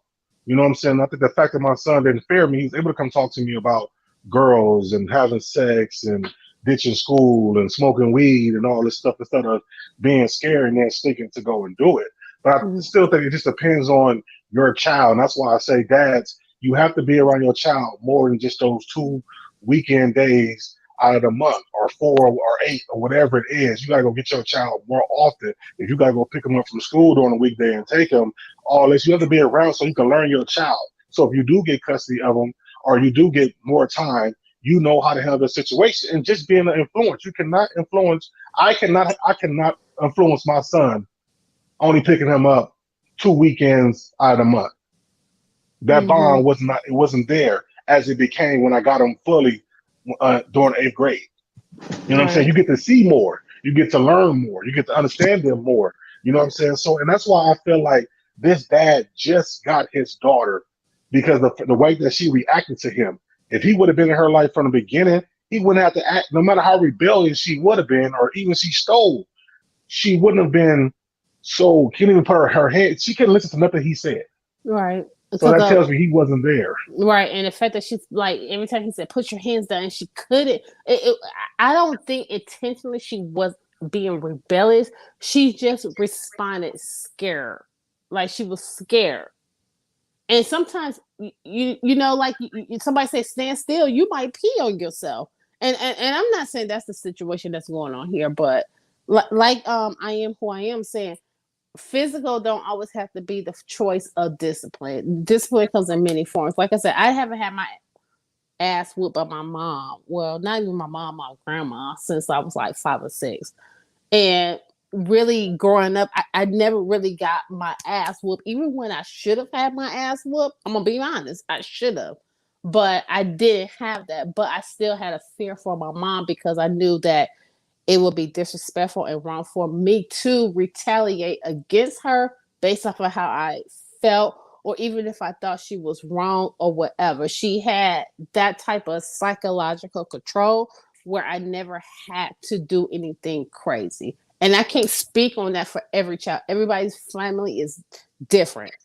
And if your form is to whoop a kid's ass, and that's the best way that you can think of, I'm not judging you on it. As long as you're not turning them black and blue or putting them on social media, I mean, everybody's different. So I just Hey, think Chris. I'd rather whoop your ass at Chris. home. What's up, bro?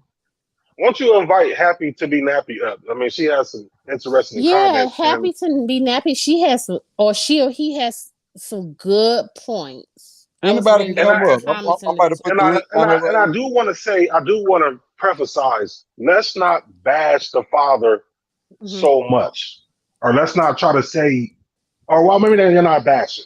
Maybe we're just looking at it as he's abusing her. But let's not, he abused her. Let's take his daughter. Let's try to give this man some help too. You know what I'm saying? Let him know that, hey, reach out or whoever, hey, that it might not be right, but good job in your life.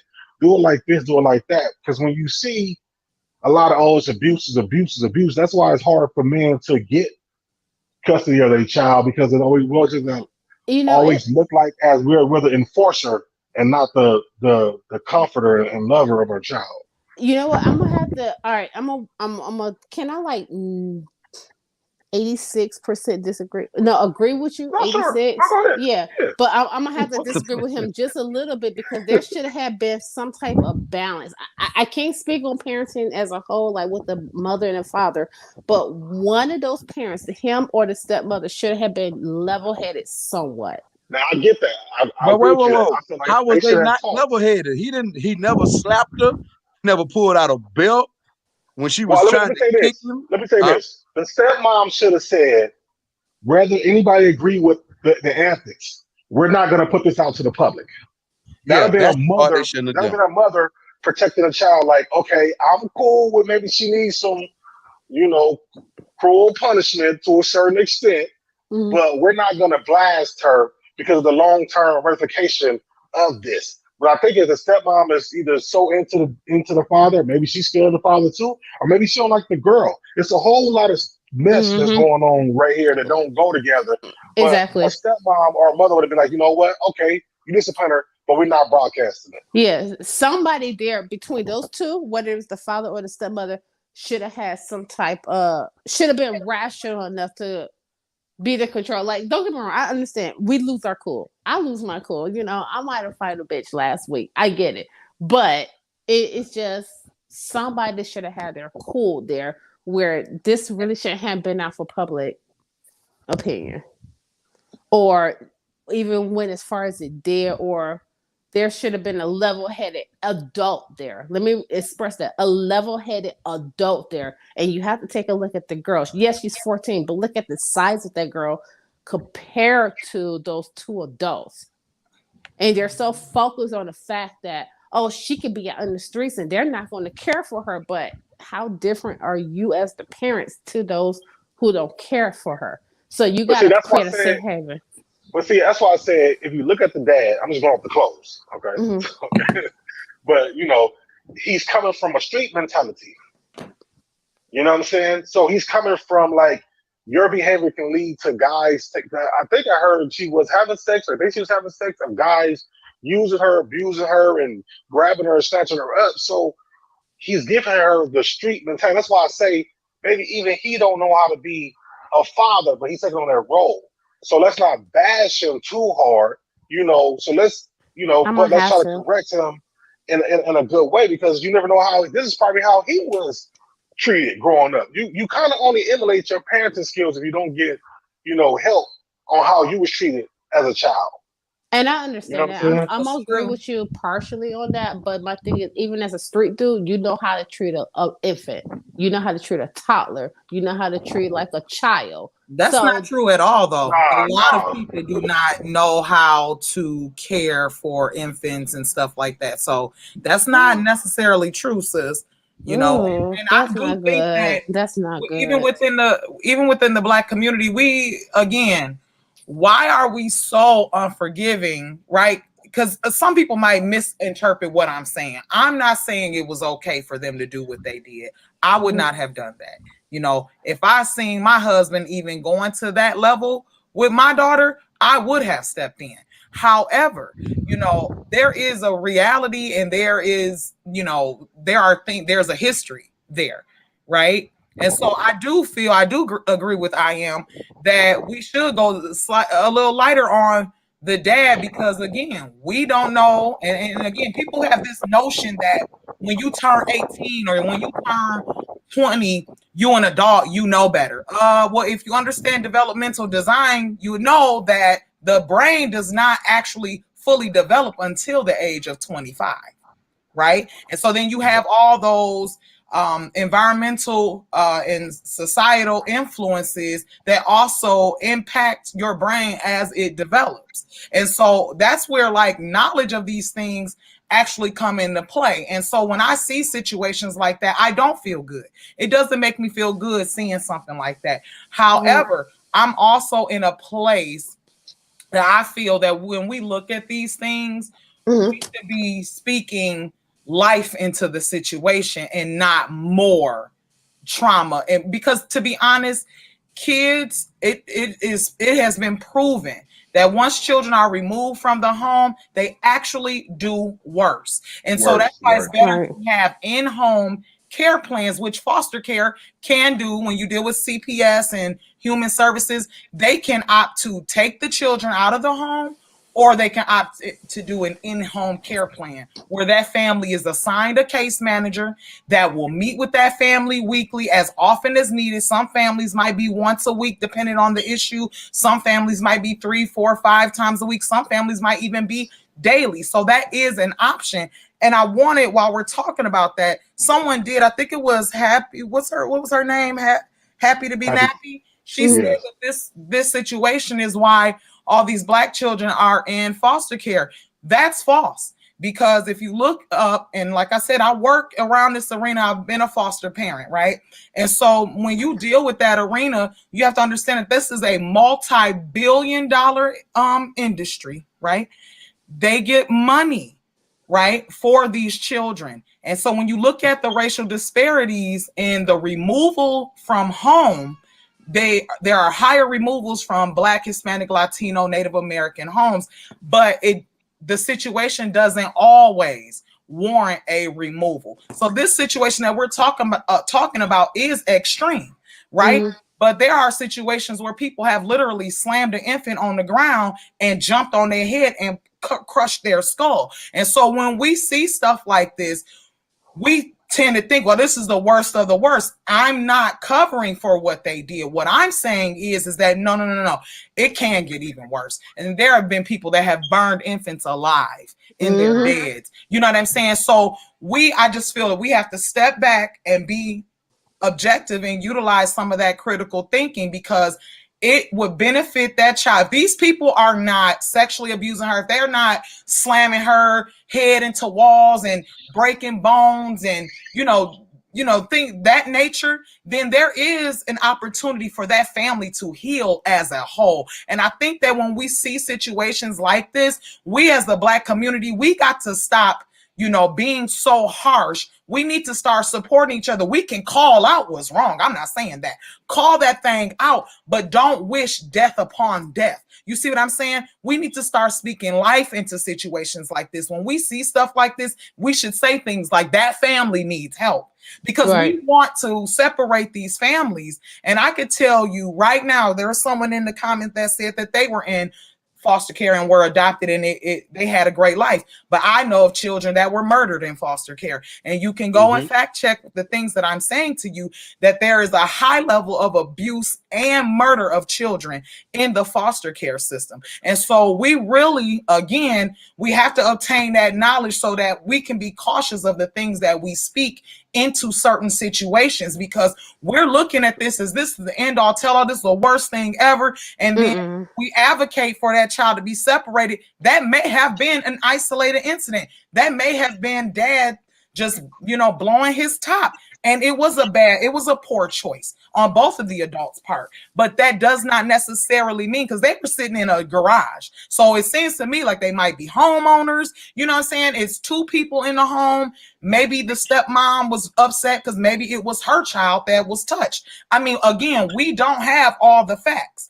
And it's hard when we haven't been in a situation like that to speak and say what shoulda, coulda, would have happened until you walk in those shoes, you know, because some children are very rough to deal with. And this is why even when you deal with like the Department of Corrections, Department of Justice, you know, they actually have a system that they use to check the propensity of a child, even up to from 0 to 12 months, if they have a high propensity to be a criminal. You see what I'm saying? So taking a child out of a home and putting them into a system that is coercing or guiding them in a particular direction to make money off of them, that's not healthy either. Because I've worked with several foster care children who were reunified with their families and some who weren't, who have told me horrendous stories of the abuse that they went through in foster care. So you can experience abuse in home, foster care. I know someone who was abused at a school by a teacher, was slapped, punched in the face. You know what I'm saying? That's the shit that be pissing me off right there. That's the shit that pisses me off. When you send your children to school. And then everybody who's claiming that this is abuse and that the girl should be removed or is praising the fact that maybe Waka Flocka mom has gotten the girl. A lot of these children do not go to homes. They go to these housing places where there's a whole bunch of them there. They never get placed because they be too old. You know what I'm saying? Things like that. Like, I was a foster kid and my mom had 20-something kids and only 6 of us was able to go to a home together.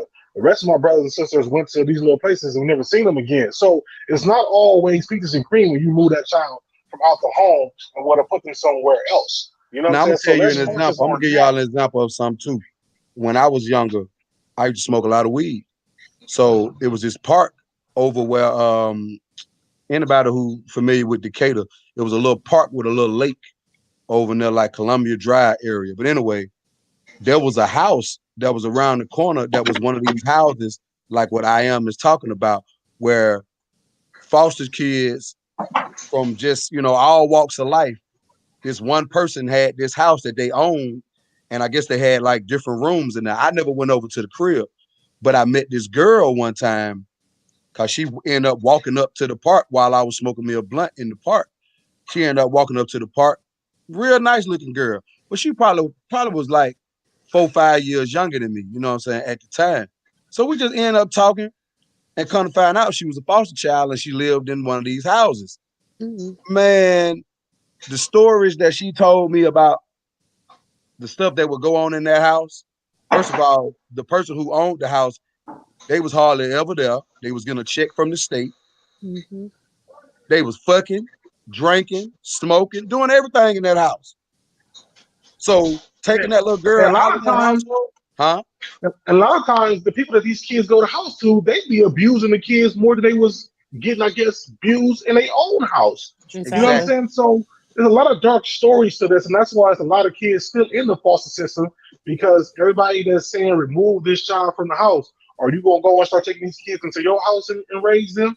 All I'm saying is we should be more cautious of the parents to give them help and help them raise these kids. Because you got to understand, a lot of people don't know how to be parents. They don't know how to be a mother or a father. We just having babies and we out there. And yes, we have our opinions, but we got to start looking more to help people instead of just taking and tearing down. Let me pause for the cause for one moment. Shout out to Angie for the donation. I really appreciate that. Y'all please get the likes up. Feel free to drop, Thank you, Angie. Oh yeah, definitely. You know what I'm saying? You donated to my Starbucks funder, Chris. I want some Starbucks right now, but you know, everything closed around here. Can't go to goddamn Starbucks. You know I can't go to Walmart right now. Shit. Can't go to Walmart. Can't get no chicken sandwich, man. It's just all messed up, bro. I want a fucking bike. I can't get a bike. Right. You might want to get a shortage. I can't believe that. I've never heard of that ever in my life. A bike shortage. I couldn't believe it. Girl, there's a bike shortage and a pepperoni shortage. She said they got a pepperoni shortage. Yeah, no, they do. Hormel meat. They have a shutdown What? with their plants. Yeah. So I can't give extra pepperoni on my pizza? No. Well, you know Man. what? Now that you mentioned that, Chris, you mind if I just say something real quick? You guys, Please y'all do. know that they said it's a food shortage coming to the U.S. So, and that's one of the reasons why plants are shutting down, because in those packaging and processing plants, people have to work real close together. And what's happening is that people are infecting a lot of the workers and stuff like that, and they can't run at full operation Exactly. without their normal, without being at their normal worker capacity. You know what I'm saying? So, and then China and Korea, from the little research that I've done, they're experiencing a food shortage, and they're saying that it's going to eventually impact America. So y'all better rack up on them canned goods and them canned So because it might family be heavy. grind. Family grind. All right. So I got somebody that's on the same level as me. I'm not the only crazy one. You're correct. There is about to be a global food shortage. Here in the United States. I'm gonna ask y'all this. I know this off the topic I as know. far as I'm what sorry. the video was about. But Sorry, Chris. do Sorry, y'all Chris. think this shit is gonna get worse? Yes. Yes, it absolutely is. And if you you better take the time to scroll through these YouTube streets and visit some other sectors, and you will see just how serious this really about to be. it's That's about all I'm to gonna be say. a Just food take some time. shortage. if you just Google search food shortage, shit about to hit the fan. I don't think so. World without law. There's about to be either a civil war here. Trump is not going to go out right. It's going to be a war whether Trump or Biden win. There's a global food shortage. China right now is getting hit with the 3 dams. They get hit with like floodings, droughts, and locusts and stuff like that. Here in the United States, we got hit in the Midwest with the derechos. Down south, we got hit with the double hurricanes. We're about to get 2 more hurricanes right now.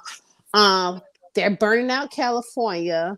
Yeah, we have currently. to export a whole bunch of our rice over to China. There's a Cold War going Whoa. now. You said we had to export some rice. Yeah. We They had to can export eat a whole something bunch else. of. They ain't gotta have our damn rice. They ain't like that's the only thing they can eat over there. Well, if you think about the trade war, not trade war, but the trade what they call it, the U.S. Embargo? trade environment or trade situation, they own a lot of this stuff, so they can transport the shit over them themselves. So, wow. Right. There's an aluminum And Trump can will shortage. be president again. But I don't think it's gonna be a I food kinda shortage think because you it still will. have so many fast foods open. Man, look, No, there's Donald gonna be a Trump food will be shortage. president again, believe me. How can I say it? All right, maybe not so much of the food shortage, but a food supply disruption. You're seeing Right. now, if you go to the stores, you see a lot of empty shelf stuff pushed to the front. Mhm. And everything is going not up. even fully. There's prices are going up.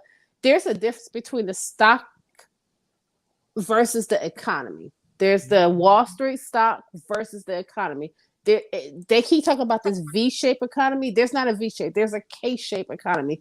The rich is going up. The poor is getting poorer. They're eliminating the middle class. If you're not stocking up on canned goods, rice, and stuff like that, you're going to get fucked. Your money is the U.S. dollar is about to collapse. Yeah, that one. And your dollar is not going to mean nothing shortly. And I'm not saying like it's going to happen today, tomorrow, next year, or whatever. But you need to wake up. All of this civil unrest, all of this, Biden versus this, that don't mean shit. You need to wake the Okay, fuck so up. what's the antidote to it then? We know how this is gonna happen. So what we should be doing? We should be stocking up on food, preparing to protect, Yeah. A lot of people are leaving out and going to rural areas. I don't leave out really of the cities. the black community doing that. And so what they're saying is that, it's going to be a lot of civil unrest in the inner cities. And it's going to be a lot of looting and rioting and robbing and murder because people are going to be hungry. So they're going to be trying to, get it where they can. And this is where black folks need to come back to their roots and start being a community. Once again, we use the term black community, but we have not had a true community. you know, in Yeah, Central. And we need to but get that's Y'all back. the better sad read part what's on though. the screen. Y'all better That's stock the up on sad some part. Black bullets. folks do not want to come together though. We don't want to be unified. We don't want to be I as think no, one. no, no, no, We no. don't. No, I no, think we do. I think we we do. do, but I it's think we not even do. a black or white thing at this point. It's coming down to a humanity thing. Fuck black Rich and and white, poor. Well, I'm and gonna have to listen, it's the disagree rich with and you, poor. sis, on that. I'm gonna have to disagree with you, sis. Dig, cross over to some other sectors in YouTube, and you Oh, will see. I believe you. No. I'm saying No. it don't matter if we think it's a race thing. What matters if somebody else thinks it's a race thing. And that's the key right there. Because it ain't about what we thinking and what we want. Because, I mean, how often have we received what we thought we should get or want? You see what I'm saying? And that's what, you know, it's not about, because I'm not a racist person. I live in a predominant, well, basically a white neighborhood. And, you know, I get along with all my neighbors. But, you know, I have heard some conversations, and I've had some old men in my area say some very pointed things to me, and it's real. It's what people are saying. I'm just gonna be frank with y'all. There are people in other sectors that are talking about how get your guns, get your bullets, because you know we don't have to shoot these people, because they're saying that Right, and we're gonna be first. People running around trying to steal all their food, and we know that that's not true, right?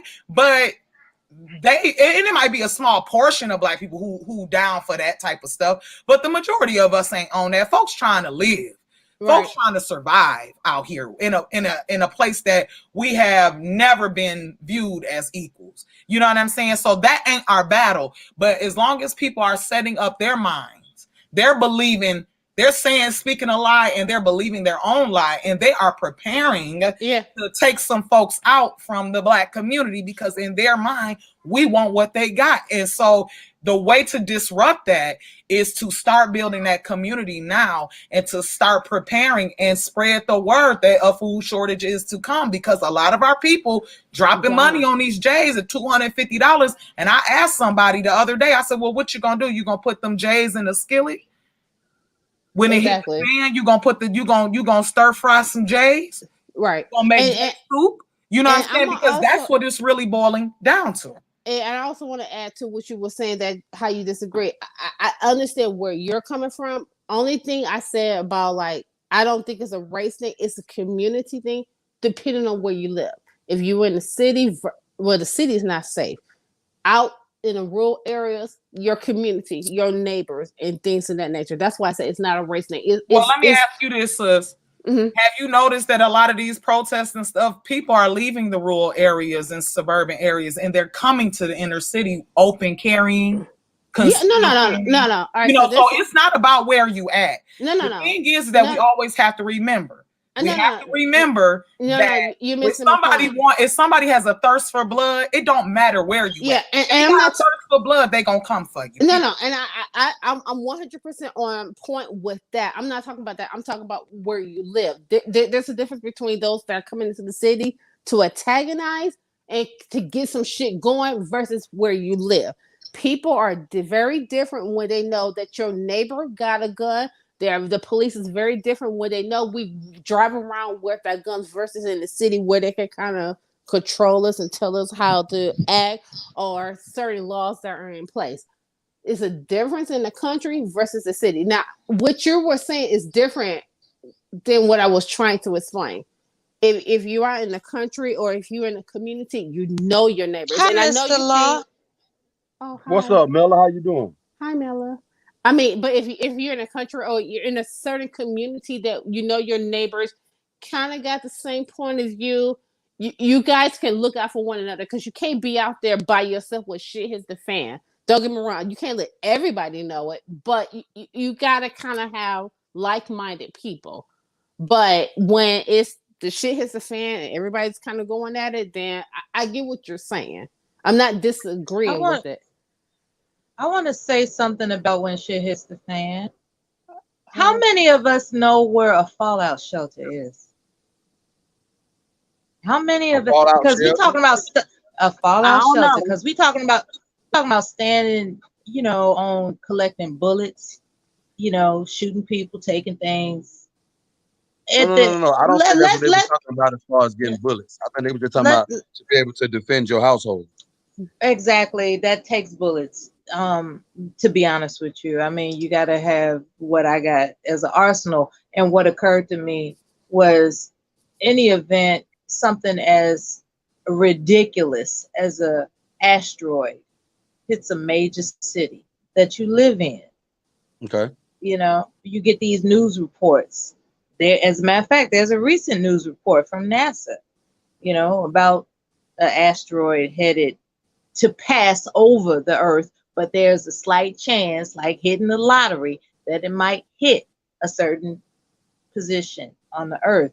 And it, you know, and hearing that, you know, I want to laugh it off like, yeah, okay, it'll hit the Atlantic Ocean, the Pacific Ocean. Why worry about it? And it occurred to me, there was a time that it is destined for things to reset themselves that are beyond our control. We could stack up like nobody's business, right? We could have the, you know, all the supplies known to mankind.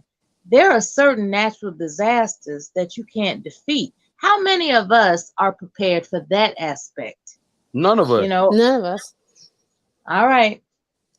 Well, if I could just chime in on what you said, actually, the Department of Homeland Security said that basically we are at risk for an EMP, which is a electromagnetic pulse What's that? attack. So again, That's like a off the grid, What's no that? that's like a fucking body. What is it? A earthquake almost, right?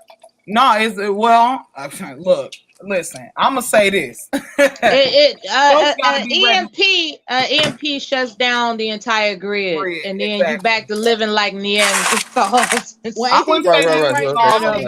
our ancestors did a pretty good job agriculturally, but no, and that's the thing. But then too, Chris, you about to clown me. I'm about to get off, Chris. I promise. But No, don't leave. Number one, please, no Brian, weapon do formed not leave, against us please don't. shall prosper. Number one, right? There's a scripture that also says the riches of the wicked are laid up for the righteous. Okay, and then two, there is three. A child shall lead them is also in the scripture. Well, and three, my point was the 10 bridesmaids. Remember, 10 had oil. 5 had oil, and the other 5 did not have oil when it was time for the wedding. And that was a parable that's talking about preparing yourself, and not just physically or with material things, preparing yourself first and foremost, spiritually, mentally, right? But then also preparing yourself physically. So I think that too, with dealing with that, you're absolutely correct in everything that you said. And see, this is where, again, Black folk need to start coming back together, creating that community. It's not to exclude other people or no stuff like that. It's to say that we have been a detriment to each other for so long that we need to repair that. I feel like this. We can't kumbaya with nobody else if we have not repaired the dysfunction within our own community. You know what I'm saying? Okay, so what's the mindset that it will take in order for us to be non-hateful on site toward one another?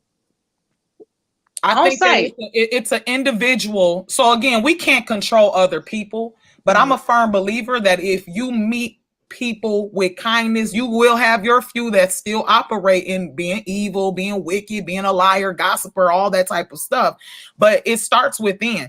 I have people that attack me regularly just because of the type of work that I do and think, I got a history with things. I can relate to that. Yes, people attack me too. I always treat people with love and kindness. And I do it even when they're being rude, even when they're being obnoxious. When I see something going on between our community, sometimes I step in and say, well, just kind of how I tried to do with this situation with the actual topic of the video, not so judging the parents too harshly, but actually, speaking life on them, praying for people. Everybody don't agree with the Bible. Everybody don't agree with prayer, but man, there was a time where that thing sustained our people. I find this really prayer. I think prayer out the window at this point. Well, for a lot of people it is, but for some it's not. Well, to be honest with you, prayer is, in my humble opinion, nothing more than taking a deep breath for tranquility's sake. and understanding that all you want is peace. And whenever I guess a couple of months prior, I decided that whenever someone comes at me so-called sideways, I take a deep breath and I just announce that I come in peace. What is it that we can discuss that is peaceful about this topic? And because there are people that will call somebody the B word, the M word, the F word, all this other kind of stuff out of the blue, just because they want to get their funky off. And it has nothing to do with that individual. Maybe they just want to assert their frustrations for the day, and you just happen to be in the line of fire. And when I realized that, I had to announce to myself, it's not personal, it's personality. And when I understand that to handle an adversarial personality takes acknowledging that you come in peace, perhaps there's a chance that you all can have a decent conversation. That's all I wanted to contribute. That's all. Can I ask I a appreciate the question? contribution. Yeah, go ahead. Family Grind. Yes, ma'am. Or I'm sorry if I have your name wrong. I apologize. No, you said Family Grind. That's cool. Yep, that's Okay. it. So do you think that at this point we're living in biblical times based off of the shit that's happening in the universe? Well, let's see. I mean, I do. I mean, Christ said that there shall be wars and rumors of wars. There should be famine, pestilences. We see the pestilence. We see the locusts already over there in Africa, and they in China. So, and don't forget the 7 trumpets, right? In the book of Revelations. Yep. Trump got 7 fucking kids. Excuse my language. Uh-oh. 7 trumpets. Okay. Whoa. Get down with that. Wait a minute. I ain't know that. Yeah. I ain't think about that. Wait a minute. We dropping See, some. I can't be open. This motherfucker, Yeah, man. I can't be open like this. But now that you have her on here, I have somebody I could talk to who's not going to. We're not judging, but I could talk to her. I'm not crazy, so you don't think I'm crazy. I ain't think about that. So they gonna kick us off here. You dropping too much, dropping too many jewels now. We'll start a hangout. It's okay to think for yourselves, people. It's okay. She up here dropping too much knowledge on these folks. They gonna kick us off this bitch. You don't have to start like a whole new hangout. Join me and the Family Grind, please. STL for you out down here picking. Now he wrong. He in the comment section picking. Much love.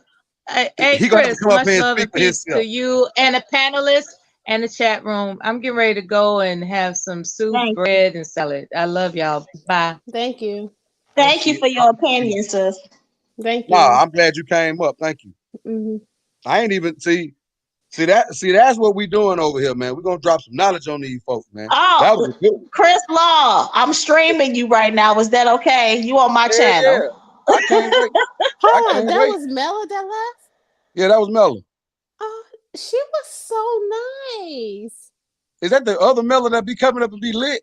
Yeah. Well, she wasn't lit tonight, goddamn. No, Mella was on. You just want to check know that was her, but man, she was speaking some good stuff. I had to make sure that was her. I was like, is that her? She brought that real. She brought that shout real. out to Mella. You Nah, so for fun real. tonight, girl. Mella ain't playing with these folk, man. Shout have said trumpets, 7 trumpets, and Trump got 7 pit bulls at the house. The Family Grind that said that, right? I think that was Family Grind that said that. Say what? No, that was Mella. She said Trump got 7 slabs of ribs at the house. 7 trumpets. Oh well, shit! Damn! Shout out Mella, girl. No, I ain't gonna lie. That right there got me because I look at everything in the Bible as symbolism. You know what I'm saying? And Lawrence Hughes said, "What's up, Chris?" Say again. Lawrence said, "What's up, Chris?" I don't see him. He ain't in the chat. He in my chat. Oh, he in your chat. Okay, well, pardon me. Tell him I said 7 pit bulls, and that's what we got going on around here, man. But this is what I actually like about YouTube. Like, even though it started off with the whole thing about the child abuse or the tough love, I like the way the conversation ebb and flow. You know, I know people probably be thinking I be hating when I go to talk about, the drama on other people's channels and how they getting down. I ain't hating. I just feel like we can do a little bit more with YouTube than what we doing. That's all I'm saying. You are a hater. Well, I guess so. But I'm just saying, like, I just feel like we can do more with YouTube, bro. Like when them slaves was out there, singing them Negro spirituals in the cotton fields, it was messages in there. Huh? I'm sorry. Hold on, what happened? I'm telling them to go lay down and they screaming. I didn't know I was unmuted. I apologize. Oh, my bad. Yeah, you know, they gotta go to school now. They gotta get up and go to class in the morning. Exactly. But what I'm saying is, when them, you know, saying like when them slaves out there singing them spiritual songs out there in the cotton field, they was passing messages that they couldn't just pass, you know, by just speaking it, because the slave masters would have known what they was planning on doing. So even though this is out in the open, I'm just saying this is a way for us to all connect, where if I don't know some shit, then goddamn Family Grind or Jen Marie or Crystal or somebody might come on here and make a video and be able to inform us on what's going on. So I really be feeling like it's a waste of time with all the beef on YouTube when you could be using this shit as a tool. You know what I mean? So all right about it. I mean, that, you know, that, don't get me wrong, I got my goddamn ratchet ass days where I come on here and be on my bullshit. But more or less, I just feel like, more than not, I feel like use your platform for something a little different. Be funny when you want to, but sometimes let's be serious. Like, man, like Eric Brooker just said, out of any time in the past, I really feel like this is the end of time that we in for real. Because too much of what they've been talking about in Revelations in the Bible is actually going on right here in front of us, man. Can I say something with what you said about them spirituals, though? Go ahead. I'm tripping in the comment. So y'all remember back in the day, you know, when before there was Apple Music, how you had to go on iTunes and you had to pay $1.99 for songs and stuff like that. I thought you was about to go back to LimeWire. I thought you were going to say Napster. I thought you were going to say LimeWire. No, I never used Napster. But during that time, I had actually purchased some civil rights albums and some slave recordings, and there was one that was called "The Angels Were Singing," and this lady was one of the I can't for the life of me remember her name. When they switched over to Apple Music, they took my stuff away, so I have no way of like playing that for anyone anymore. But I'll never forget it. This woman was old. She was over 100. I can't remember her exact age, but she talked about when the slaves would sing in the field, how the overseers would get scared. She said it sounded like the angels had came down from heaven and sung in the fields with them. So, you know, we do need to go. I'm not up here preaching, but I'm just saying we do need to go back to our roots, because I'm telling you, you even seen it during the civil rights movement when they were singing, again, let my people go. Which side are you on? All these songs that caused, you know, people to attack them and stick dogs on them and squirt them down with the hose and, you know, all these things, because it put a particular fear, you know what I'm saying, in those that they were standing up to. So I just wanted to say that, because when you said that, that's what came to my mind. But you feel what I'm saying as far as the fact that what I was thinking or what I said, it sparked the thought in your mind so that then you can get out what you needed to say. So that's why I say I'm not no goddamn conscious person like that. I'm not no righteous person 24 hours a day, 7 days a week. But again, stop using YouTube as a means of intimidation on people. Stop using it as a means to, you know, just I'm talking about like real talk. It's some channels on here who every day is drama. When we could be around here, have a, you know what I'm saying, mix a little bit of drama in there, because I'm gonna have me some drama, cause I'm just shit. That's just what it is. But man, use this shit to get out some of these messages before they fuck around and take this shit away. But when they take it away and we ain't able to, what the shit you were just talking about earlier, Jen? You were talking about the EMP, right? I think that was either Grind or Mella. No, that was me. Yeah, because I read that from Homeland Security earlier today. Okay, so with the EMP thing, so they're saying basically everything will get shut down. So my thing is, why not put it out there about what we were talking about the fact that it's a food shortage and it's a coin shortage, and even though I was being funny about the fact that how is it that in Atlanta, I can't go inside Popeyes and get a chicken sandwich, but you will let the club be wide open? Ain't nobody wearing no mask or nothing. Even though I was being funny, it's still some truth behind it. Like, this No, shit it's, makes it's a no lot of truth. sense. This shit It's makes no sense. Like, it's got to be done by design some kind of way. You know it ain't nothing but niggas in the club. So yeah, keep the clubs open, the barbershops, and the bowling alleys. But don't let Chris Law go get a spicy chicken sandwich with extra mayo on that bitch. Don't let it. He got to sit in the drive-thru for that. Like, that don't make sense, bro. Can I say something that's really fucked up? What's up? And I'm gonna be honest, it's really fucked up. And don't tell me that I'm drunk or weird. But isn't it weird that just about a month ago they was talking about, oh, don't plant these Chinese seeds that were shipped overseas and you don't know where they come from and they can cause some type of issue. Mm-hmm. But if you go onto Amazon today, they kind of ban all seeds from Asia. You say they banned them? Ban them. Any vegetable seeds. So they don't want you to ban your own. They don't want you to plant your seeds. Don't get me wrong. You can still buy American seeds. We can make our own seeds of cucumber, whatever we buy, but they don't want us to plant anything over there. So I kind of have this feeling like there's some type of population control. Oh, yeah. And the way that they can do population control is control the food. Don't get me wrong. I'm not saying that what China sent over was not bad, because we do have a war with them. I'm not going to say that. But there's just some type of like, wait a second, what is going on here? You don't want us to plant nothing. These mysterious seeds coming on over here. We don't know how they got here. Who's to say that China really sent them? And I'm not saying that China didn't, because I wouldn't put it past them. But now we can't order international seeds outside of the U.S. no more. Like I said, all this shit And is there's done by inflation design. that's going up to 2%. All this shit is done by design. Whatever they trying to design, I don't know. But population control is the number one thing on my list. Yeah, population control, and that could be done by food. And right now they keep talking about, oh, there's a V-shaped recovery. No, there's not. There's a K-shaped recovery. There's a K-shape where the rich is getting rich and they're building off of the fucking poor, and they're going down. All of these numbers are.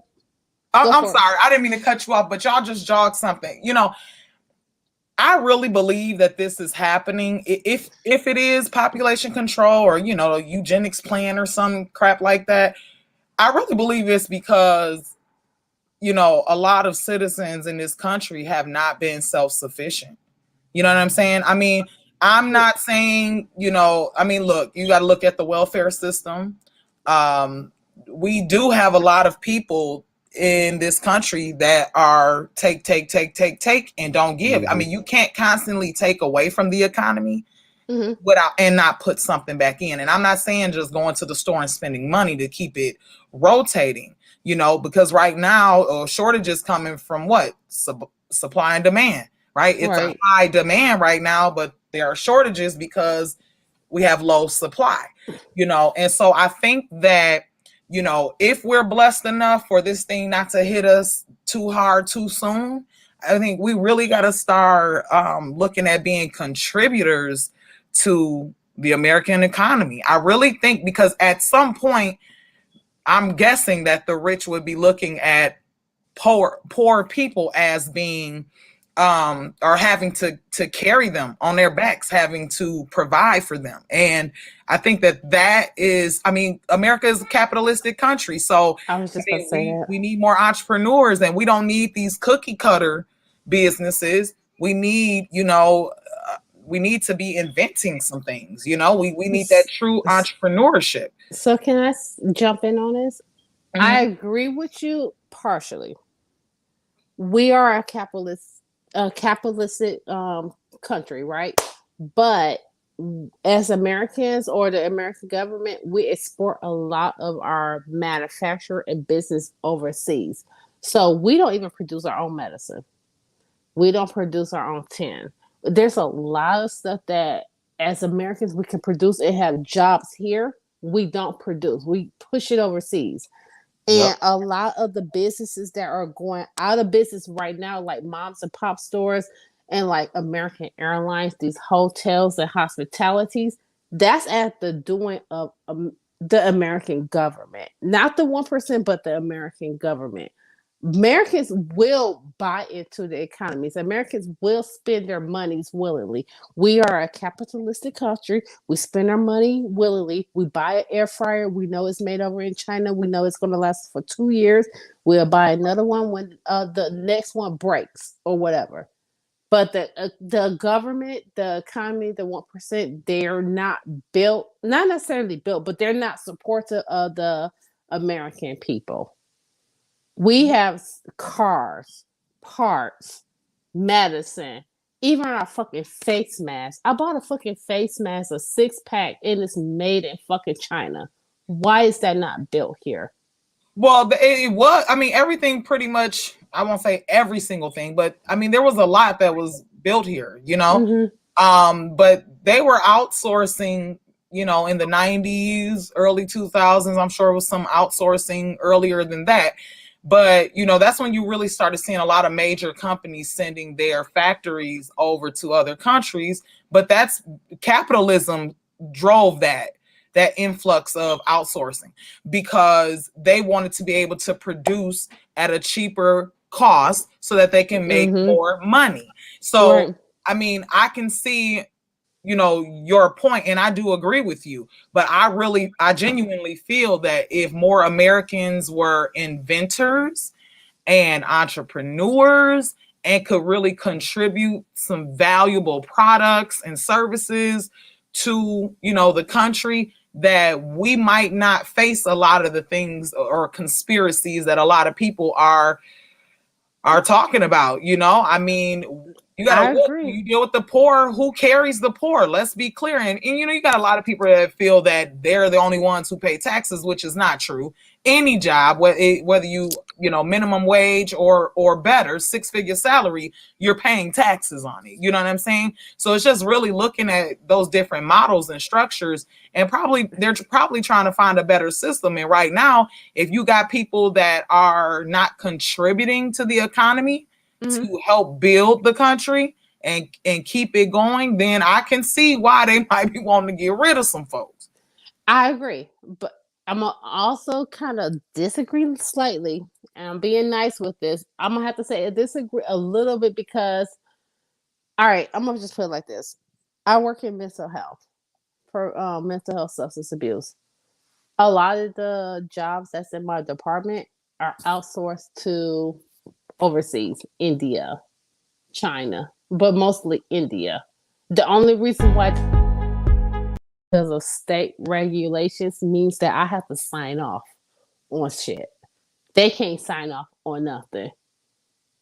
So it's like, as much as how can I say it? It's the government that kind of like the 1% or whatever they call the top people. There's certain things that they're like prohibited from doing that kind of save a few jobs or things like that over here. But how can I say it? There's just like this wage gap where the poor is getting poorer, the rich is getting richer. And the only reason why at this time right now, I can't say what my job will be at for the next 6 months. But at this time right now, the only reason why I still have a job is because of state regulations, federal regulations that as an American and a person living in the United States, I have to fucking sign off for. And that somebody overseas in India can't sign off of. That's where I am at right now with my position as a professional in mental health, substance abuse, a healthcare professional, you know, in that area. Yeah. I don't know if that says a lot. I'm saying little to not like kind of expose myself, but I'm saying a lot. Yeah. We don't want you to expose yourself, but whatever info you can give us, we definitely want it. I mean, I'm a mental health professional, clinical, working for one of our big healthcare organizations. And in my department, a lot of the administrative work has been outsourced to India, specifically India. Yeah, everything over in India. You call T-Mobile, God damn it. I gotta talk to an Indian. They can't make a determination on something, a clinical determination of something, a sign off determination of something, unless it is a person from America. And I am that person that is saving my signature from going overseas. Because if that person in China or that person in India gets signed off on whether you can have inpatient mental health services or not, we are in fucking trouble. And that's the most I can say right now where I'm at. At this point in life, as far as what I've seen from this year, I'm ready for whatever. And when I say ready for whatever, meaning that I don't have a choice but to be ready for whatever, because who knows what's going to come. We never would have thought that even with just this virus, we never would have thought we would have seen some shit like this. And I personally feel like it's getting ready to get cold. So that's when people start to really get sick, if I'm not mistaken. So I think the shit going to get even worse. Coming. Right. So I think it's going to get even worse. And I think at some point they're going to shut everything down. And it's not even that the GDP is falling. They don't want to tell us that. They can't tell us that in media, mainstream, because that will cause us to panic. I mean, you saw what happened back in March. We bought all that fucking toilet paper and paper towel. Like, goddamn, how much paper towel? Hey, toilet paper is necessary, and paper towel. Let me stop.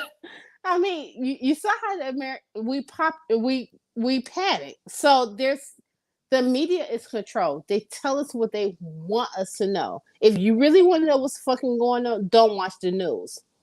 Watch Twitter. Chris, you know that based off of what was happening back in June. You couldn't watch CNN, Fox, or ABC or whatever. You had to watch other news sources and live video feeds to see what was really going on. So it's just like, you better prepare. When you go grocery shopping, buy you extra canned goods, buy you extra rice, buy you extra this, because it's better to pay for it on the cheap end right now than on the back end when the shit goes up due to inflation. They're already talking about a 2% inflation. They're extending people's student loans to December 31st right now, from what was it going to be, like October 31st or November to October. So they're extending the student loan stuff. Like, it's bad.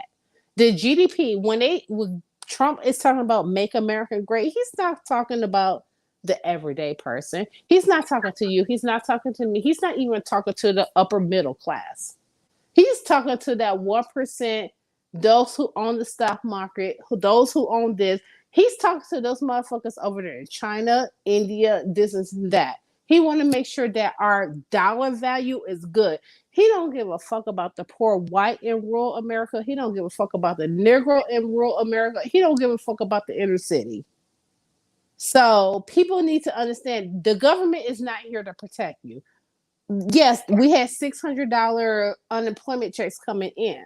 That stopped in July. August went by. Now it's September. What you think is going to happen when people's families are going hungry, which they are right now? Mm-hmm. They're not going to be protesting nicely, saying, "Oh, feed us." No, they're going to start taking. The police should be very scared right now.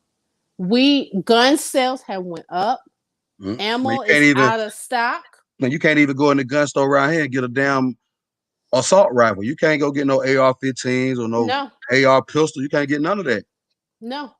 So my thing is this, like, when people get hungry, they get real desperate. And it's not just African American. They can put this little image of, Trump versus this, right wing versus left wing, this and that. I mean, even though I understand what what's her name? Grind family? The family grind. I'm sorry, girl. Family Grind was saying, like, there is a race thingy, but then it comes down to community. So, I can't protect every white person. I can't protect every black person. But if me and my neighbor on board, you're not coming into our neighborhood. So It's just, you gotta kind of look at things from that nature. The government is not bailing us out. They will bail out a corporation. Right now, it's September the 8th, right? Mm-hmm. American Airlines just announced they're about to have 19,000 layoffs on October 1st. Then they changed it to 16,000 airline employees about to be laid off. That's just American Airlines alone. We're in Atlanta, So what does that mean for Delta? Then when they lay off these people, what that's going to do to their stock market numbers? That's going to make it go up to make it look cute for the 1%, but not for us as the people who was getting laid off. That's what I'm talking about, that K-shaped recovery. Then when you speak on that, so when I was working on my marketing degree, I'll never forget. I had a great professor. He taught us a lot, and what he told us, I mean, it's crazy. Number one, the U.S. dollar been weak for a while. Exactly. Right, and we have to start looking at not what necessarily what we want, right? I mean, I look at it like this.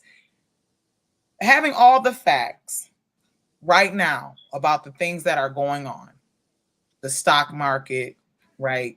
The US dollar, right? Just all the currency and stuff, all this stuff that's going on, the cost of gold, the cost of silver.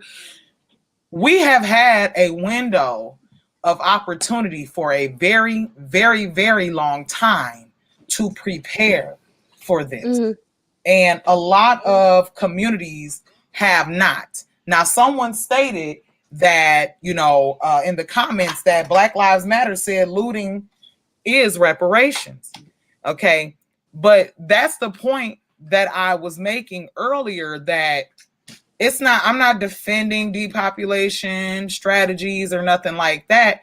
But I'm saying if we're going to think critically about depopulation, well, why would it be happening? And that's where I'm going with this. Like, why would it be happening? Because there's a large population of this society that feels like they have been carrying, a group of people. Now, when we look at the flip side and we look at the economy, we look at the history of this country, a certain group of people have always been the permanent underclass. Mm-hmm. And I think that when we neglect to acknowledge that this group of people has been the permanent underclass in this country, right? Because in order, about us, right? You know it. You already. I'm making sure we're talking about us. The permanent underclass, right? And so now they're shifting the economy to a different system, right? And I'm willing to bet it probably don't include us, but it will include those of us that show improve. So I'm not saying that, we gotta, bow down to or, submit to certain things, but at some point we do have to look. I mean, we live here. A lot of people are jumping on planes, going back to Africa, going all the. I don't want to go to those places because they are struggling with stuff over there as it is. They still have, what's that disease that they had that they said, making dead people come back alive. Ebola. They got all the monkey issues. You know what I'm saying? So they have all these things going on. I get wanting to have a connection to the motherland, but is that logical at this point? Now, China pretty much is about to own Africa when it's all said and done. You know what I'm saying? So, and you see all these videos on YouTube about how the Chinese treat us or treat people of color when they're there, the signs that they put up saying, there was a lady that's a promoter from out of Chicago. She said that when she was out there, that they literally got signs up like, you cannot come in here. And it wasn't just in China. That she said it was in Russia. It was in a few places that she went. And so, just looking at that, I mean, do we really want to live somewhere that is run by a group of people that we know to not, like us? So when you were talking about, the economy and how they're going to be doing all these layoffs and stuff, the country is shifting. The question is, are we shifting with it in the same direction or are we shifting against it? And I think a lot of people have a mindset to shift against it. But then I question, well, what does it take to shift with it? And I think it's about being, being economically sufficient and economically, contributive, to this system and, and sustaining this country, because at the end of the day, this is our home. Most of us was born and raised here and have been here for generations. So this is what I'm going to say. I'm not an economist or person that's like financially perfect and smart or whatever. this company is a capitalistic country, right? Which means that it's ran off of the people of the everyday Americans. The 1% can't survive off of us. Right now, they're enslaving us by putting us more in debt while they're growing. If we don't comply with their demands and go more in debt or supply their demand and need, then they come down and we come down. It's more of us than them. They may have more money, but it's more us. But as the American people and people who don't understand government, economy, or economics or whatever, we're going to always fall in that trap. That's just how I see it. You can beat capitalism by knowing your dollar worth and this and that. If we think about it right now, the government is going crazy over the months of like what? April to now, because, or I'm gonna say April to July, stimulus stopped. The July from to now, September, they're going crazy because people don't have the money to go out to spend and buy shit.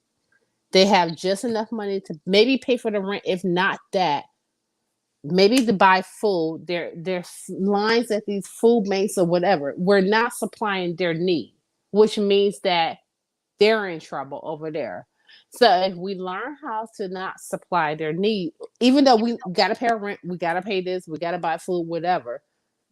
If we don't supply them, they can't win. We're a capitalistic country. But how do we win if we ain't gonna buy shit?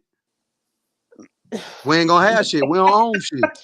That's the, I never said I had a perfect answer. All I'm saying is yeah, I'm just saying like if how can I say? I hate to say it like this. Like if you learn how to grow your own vegetables and shit, buy what you need as far as like foods and stuff like that. Let these companies like Gap go out of country. Let these companies like Lord Gaylor go out of country. Let these companies like you said you said Lord Gaylor.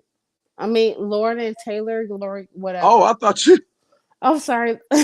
My bad. I said, damn. Go ahead. My bad.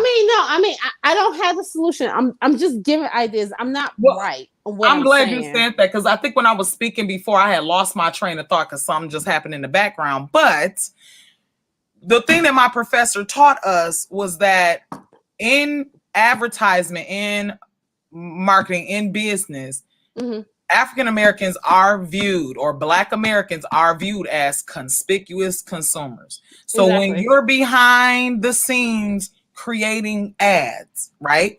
We see a lot of these ads on YouTube and stuff like that. And YouTube has become a platform where people are marketing products. Instagram, they're doing the same thing. You have to understand that, you know, Black people in this country, we do have a lot of power if we use it properly. And so think about that. People are at, you know, like the Super Bowl ads, you know, that's like a big thing. You know, when we were in marketing, that was a big thing. When the Super Bowl came around, we had assignments that were based on the Super Bowl ads, right? Because those were 2-minute ads and they were costing like, or no, 30-second ads, and they were costing like $2 million just for a 30-second ad. You know, so that was like a big thing. But you got to remember that behind the scenes, when they're creating these ads and these marketing campaigns and stuff, they are marketing it to a group of people that they consider to be conspicuous consumers. Exactly. So these are people who do not make, you know, informed buying decisions. They go out, they buy what's hot, they buy what's promoted to them, they buy bulk of what they don't need.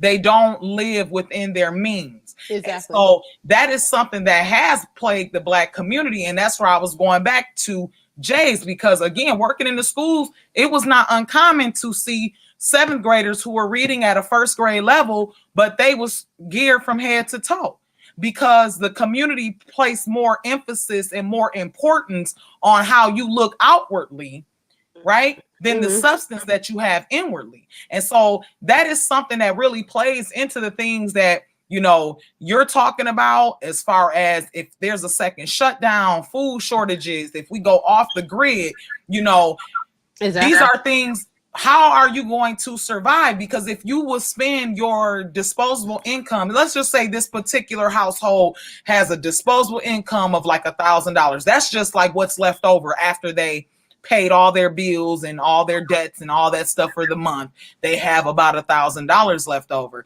But if you go and you spend 900 of that on frivolous things such as lace fronts, eyelashes, get your nails, toes did, go get you a watch, go buy some more, makeup, buy all your kids a pair of J. Okay, when it's all said and done, I know that was more than $1,000, but when it's all said and done, that's what you're building a stock of. And again, just going back to my earlier thought, when it's all said and done, when you run out of food, we off the grid or on the grid, and maybe like you said, there's inflation. Maybe the bread is now $2-3 per loaf. Okay, I mean there's a 2% inflation right now. Right, I believe that. And then but I lived in Chicago for a while, so I'm used to high. In Chicago, you got to pay for your bags. You understand me? They got a paper like all these plastic bags and stuff. Yeah, but think about it though. So when everything hits the fan, what you living off of? Y'all gonna be fresh to death and what? And there was a woman who said she had a vision in a church. I can't remember what this woman's name was, but she said she seen people in bread lines dressed in fancy clothes. Oh, what is now the author's name? I know what you're talking about. So you gonna be paid up and down in a soup kitchen. Wow. She made that fucking quote in 2015. I know who you're talking about. I know who the fuck you're talking about. Yep. She said it was bread lines in America, but it wasn't the normal like people who were poor. It was people with fancy clothes and fancy cars. Yup. Fancy clothes. So you're gonna pull up to the soup line, to the bread line with a BMW and some clothes. And I know it was in 2015, like a Kathy something. I don't know what her name is, but I know exactly who the fuck. I'm sorry for the cussing, Chris, but I know who exactly. Cuss all you want. Well, Chris, ain't that deep though? People, I'm trying to look it up right now. That's deep. Yeah, it was like a Kathy something 2015. Fancy people pulling up in bread lines or whatever you call it, like shelters, not shelters, but food places, stuff like that. And she predicted that. She predicted that. And that was in 2015. And somebody requoted it this year because I'm going to even mention it. I follow a couple of people that are like preppers, even some conspiracy therapists, even some racist motherfuckers. A prepper is a person who kind of like prepare. I'm not going to say they prepare for doomsday. They just prepare for an emergency. So they always prep food. They protection for their homes, like firearms and ammo. They have things such as like solar flashlights, solar panels and generators and stuff like that. Like if shit hits the fan, like for real, like Civil War, like they believe like they live in Mortal Kombat days, like shit is really gonna hit the fan. They are prepared for that. They're gonna bug out. Even if they have to leave their house and leave behind everything that they have, that they store up, they have a bug out bag, that they have the medical supplies, food, like the meal ready everyday meal MRE meal ready. Yeah, you know what I'm talking about. They can bug out, live out in the woods and stuff like that. Like it's for real. Like Naked and Afraid. I don't know what that is, but okay, that's a show. I don't know.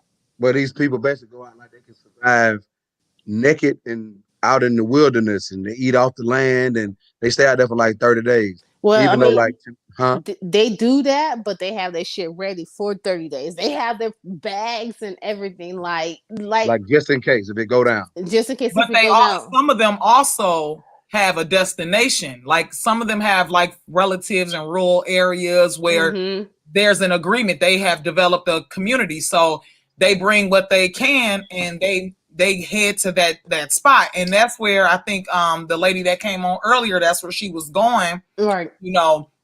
Having those shelters. But see, that's where, like I said, you're right, it's not about race, right? But let's just be clear that it's people that are planning on making this a race. Right. And I'm not disagreeing with that at all. Yeah, and they serious about it, man. They serious. They sitting up in the crib with 50, 60 guns, and they got a whole slew of people that they finna meet up with when it go down. So you're gonna have people that's gonna be hiding out and sheltering in place during that type of situation, but you're gonna have the renegades. They're gonna be strapped up and they're gonna be out for blood. Period. Yeah, period. And they're making it. Like I'm seeing it right here. They got a whole people. thing of doomsday preppers. I'm gonna watch this.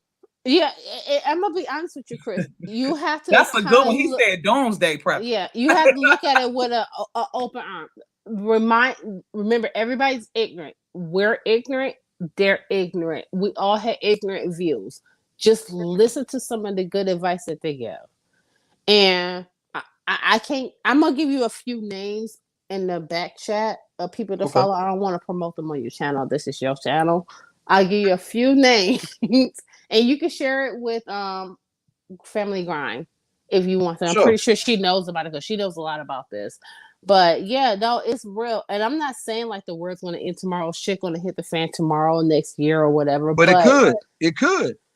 Well, it could. At this point, we'll never know what we might wake up to. We never know. I'm being honest. But what we saw in March, I'm gonna be very honest. I'm glad I had that extra roll of like an extra thing of toilet paper because I'm like, I would have been fucked if I was on my last one. And I think that man, you've been out there using you've been using one of your bath rags. You can use some leaves. Wait, hey, hold on. Now you said bath rags, but that's not a bad idea. Go get some cheap packs. Hey, I'm just trying to help out, man. I'm trying to give it up to some people that your bath rag gonna be kind of dirty if you got a white tape. You know what I'm saying? You can allocate some cheap rags to wiping that tail, but they have been making reusable. People have been making reusable washcloths, reusable paper towels, reusable tissue, reusable pads for women, reusable diapers. I did cloth diapers for a while. You know what I'm saying? I keep saying reusable. I meant to say cloth, you guys. I'm sorry. But I know what you meant. But I mean, that's legitimately a thing. And then you got to think, so if you go off the grid, you can't flush your toilet no more. So you're going to keep pooping in it while you living in the house? Like, no. So, okay, what's the game plan? What we gonna turn into the, makeshift toilet? But one thing I can say about the Black community is very resilient. I mean, that's where we got the term nigga rig from. I mean, Black people tend to be very resilient in rough times. Exactly. Very resilient. So I don't fear for our people. I do fear for some of our people because some of our people really believe that things have gone back to normal. Like Chris said, they at the club kicking it, partying, no mask on, because they're not, in reality right now. They are just accustomed to a certain lifestyle and they want that. And that's where you got to learn how to trim down your desires and start focusing on the necessity versus the wants and desires, right? And I agree with you as far as when we shut down, I keep disinfectant wipes in my house. That's just me. If I need to do a quick clean in the bathroom, I don't got time to bleach it down, I will grab my Clorox disinfectant wipes or Lysol disinfectant wipes, and I have at the bathroom real quick. You got to use soap and water and bleach in the tub. That's my personal opinion. I can't, I don't use no disinfectant wipe in the tub, but so I keep that stuff on deck. So when that stuff went down, Chris, like, I wasn't afraid and I didn't feel like, oh my God, people are buying all this stuff because I had the things that they were telling me. I thought it was funny. I thought it was funny, until I got sick myself. Yeah. I thought it was bullshit. I was like, man, these folks, and I can understand me thinking that because we was in the beginning stages of it. But people that's still acting like that now, like you still got people that's out here saying that the virus is a hoax, all this, and I'm like, 6,000 people in Georgia have died. You still think it's a hoax? Wow. Like, no, like I see, like it's guys that come to the strip club and you'll say, hey, you can't come in unless you have a mask on. And they be like, man, here y'all go with that corona bullshit, man. And I'll be sitting there like, dude, like, are you not watching the news to see what's going on? I had a girl tell me, wear a mask for what? And I said, oh, so you don't know about the shit that's going on with people dying from the virus. But then she got it was an intelligent comment. She said, but y'all open though. Shouldn't y'all be closed? And I told her, I said, yeah, in my opinion, all this shit should be shut down. Yeah. But they saying that as far as we are here in Atlanta, Georgia, it's like the club, that's part of our money scene. Like people come here just for that. So the state or city and state, however it works, they making money off of this shit. They are. I just think that, even right now, whether you lower class, middle class, upper class, or somewhere in between, whether you got money or you mostly broke, it won't hurt you if you can only afford $5 every paycheck or $10 every paycheck, or if you can go up to 50 to 100 just to start stocking up on stuff. Even if you got to just go buy for your emergency supply, if you got to go buy Dollar Tree stuff just to start off your stuff, do it. It, because I'd rather do that any day than be caught face down, ass up. You feel me? I mean, I feel that a lot of people, not just in the Black community, but a lot of people all over the world are going to be caught like that, and this is the time again for a community.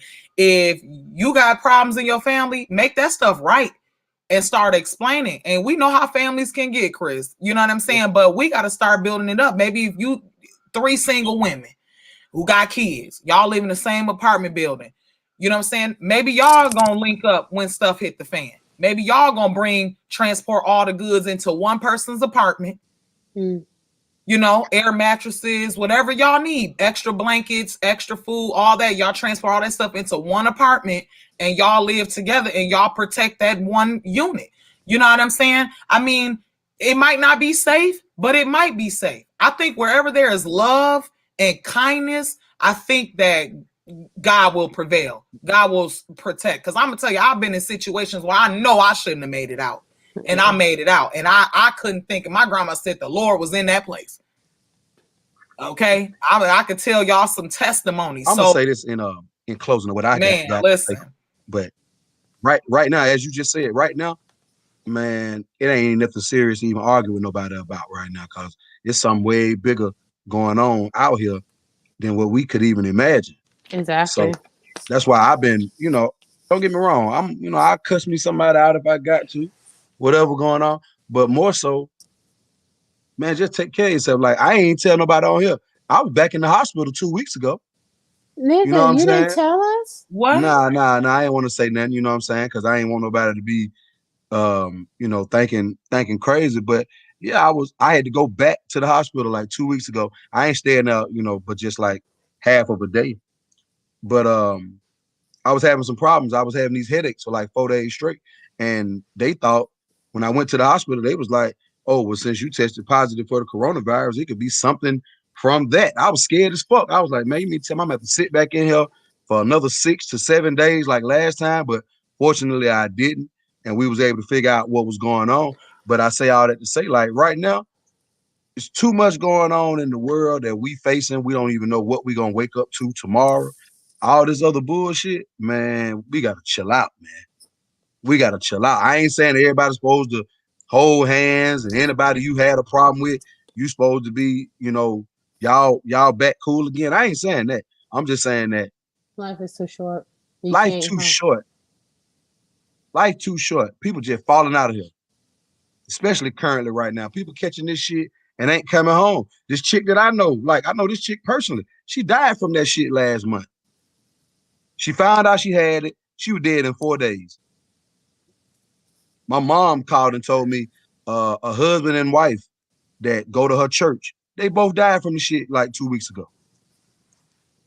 So it's like, man, come on, man. Like, again, I'm not here to goddamn be the, I always say this, I ain't here to be the voice of reason. I ain't here to tell nobody that if somebody did you wrong on YouTube, not to get in their ass, get in their ass.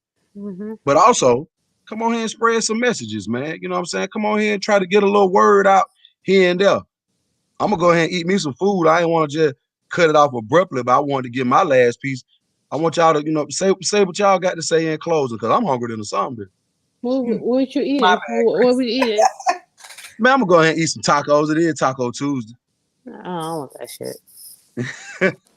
What you gonna eat today, Jen? I thought you had leftover barbecue or something. Oh no, we ate that yesterday. That's over with. Huh. I actually ate the remnant of it this morning. The last little part of that is over with. I wish it was some more in there. That's done.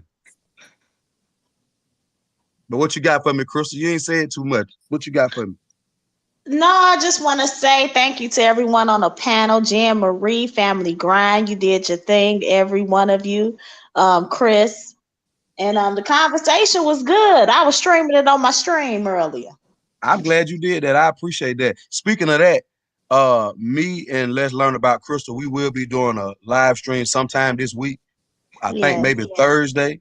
So I hope y'all, come by. We're gonna be on her channel. So I hope y'all definitely come over there. And if y'all haven't subscribed to Let's Learn About Crystal, please do. Anybody who's in the chat, if you haven't subscribed to the Family Grind, please do. We about to make Jen Marie have a channel in a minute. You know what I'm saying? Okay. So I'm not making no channel. I'm just gonna come on to y'all stuff. okay, Thank you. You know what? We can respect that. What you got for me, Family Grind? I want you to leave us out of here in a word of prayer.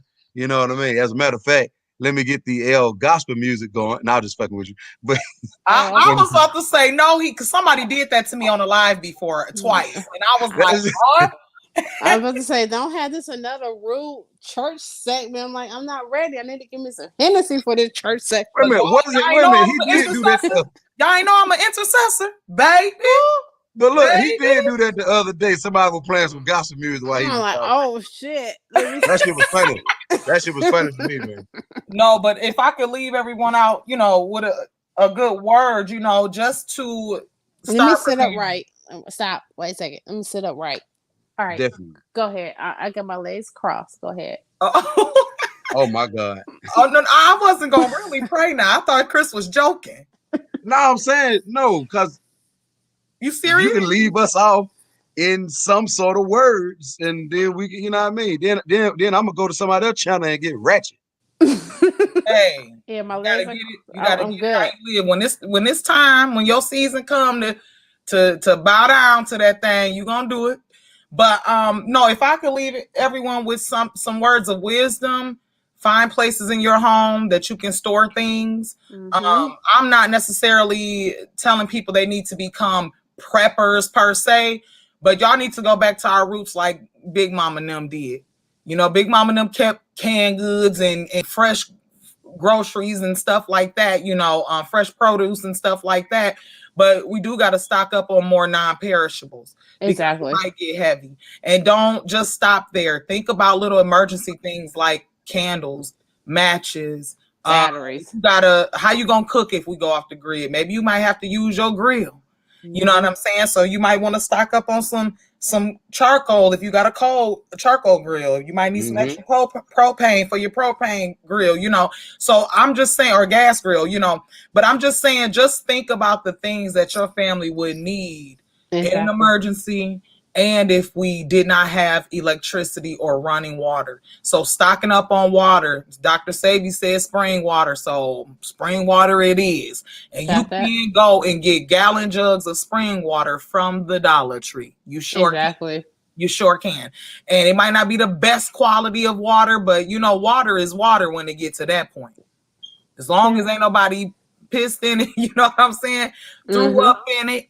Ain't nothing dead floating in it. You good, So just start thinking about that, what your family needs. Chris, you got a beautiful home. I know you do. Mm-hmm. You go ahead and allocate some of that big space to some emergency storage. But I've been trying to get a special shit. I know one thing, we definitely keep a lot of water, and I'm definitely stocking up on more ammunition.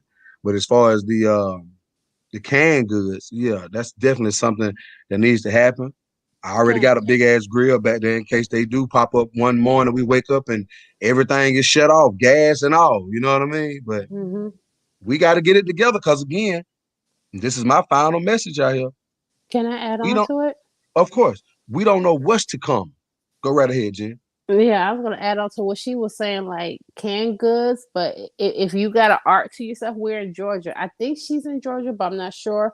Canning. If you know how to can with mason jars, pressure cookers, Build your own garden back there. Grow your own tomatoes. You can make your own tomato sauce, pasta, Grow you tomato. some weed. Might need And that. that tomato You gonna be paste, able to barter diced that. tomatoes, and you can barter that shit. Buy alcohol, stock that shit. Get you some peaches. Make your own wine. Yeah, and then not only that, store powder milk, cereal, and things of that nature, baking goods like sugar and flour. You never know. You might have to go back to the days where you have to bake and mill your shit on your own. And right now, it's hard to find yeast. It's And hard to definitely get find yourself yeast. a can opener. Get a couple of can openers. You can I go to the bought 2 dollar of them the store other and buy day. 2 of them. Right. It's just like little things like that. Just stock up on the water and things of that nature. The canned goods. There's so many things you could do with diced tomatoes and stuff like that. So many recipes. Stock up on your canned meat. And if you can can your own stuff, like your own food, can your own chicken, can your own turkey or whatever. Buy a whole chicken and can that shit. I mean, you're gonna have to break it up in pieces and stuff, but it's an art that is kind of lost here in America. So many people have it, but a lot of people don't know about it. It's a very easy art that we can have with our cooking recipes, like canning. So that's just something that I want to You say. can Like, dry can too. You ain't gotta go, yep. You ain't gotta go, hardcore with canning. You can dry can rice, beans, and start thinking about all the different. We got our favorite beans that we like to eat. That's true.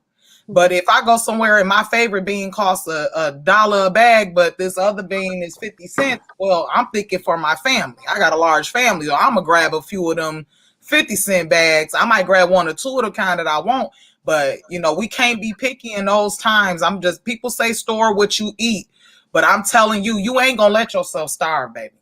If people then resorted to eating raw animals during experiencing hunger, then I know you will eat a can of beans. Come on now. Right. You know what I'm saying? And don't forget about your utensils and think about it. Okay, you can't run water, so how you gonna wash dishes? Maybe you need to get a foot tub, a brand new foot tub. The old school foot tub that they have in the hospital, and you use that. As your dish pan, you pour a little water up in there and wash your stuff out. Keep some bleach. Bleach does not have a long shelf life, but hey, it ain't gonna hurt to have it. And when it go bad, it go bad. But I'd rather be caught with some bleach than without it.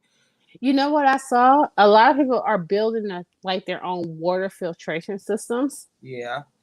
Now, I mean, I know in the city you probably can't do that. HOA, city taxes and ordinance and stuff like that, but they are building that. I mean, I'm not saying it's going to get to that point, but you have to think about FEMA expects for you to have 1 gallon a day for every person in your household. Exactly. Dollar Tree it all the way up and down. Yep. And that's you just can boil what the water. old folks do.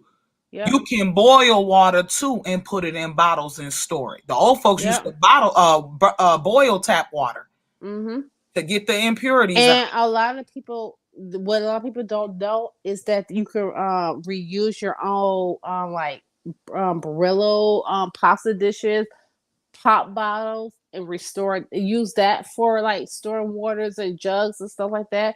Your pasta like Brillo or ragu or whatever, use that, and you can can those dishes for stuff to store, or maybe not even maybe dry goods like beans and rice and stuff like that, and they'll last a lot longer. George Fraser said water has to be moving. He said water in bottles is called dead water, but you know what though? It's how you store it. City ain't living next to no rivers.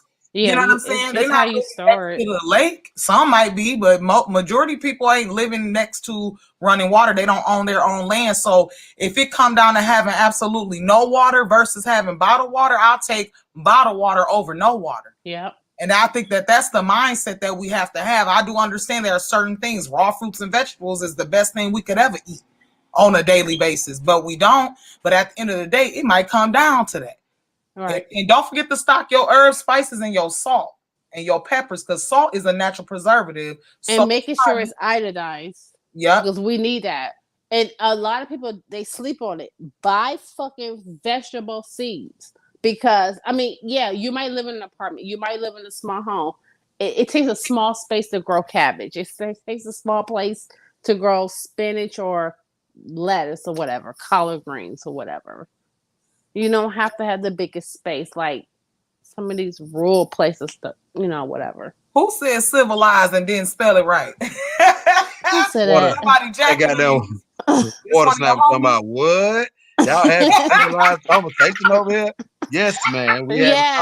We having some real combo tonight. We ain't over here battling today. You know what I'm saying? He said people still boil tap water. Wow. But see, that's the thing. We are so modernized that when that time come, all these people that think all this stuff we talking about, canned goods, boiling water, and they thinking this stuff is taboo.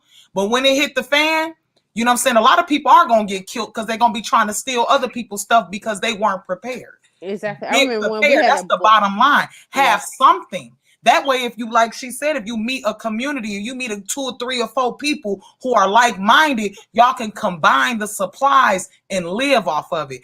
I have seeds stored up, ready to plant. My last video I put on my channel was a garden. It wasn't nothing but 3 raised garden beds, some small ones I got from Target.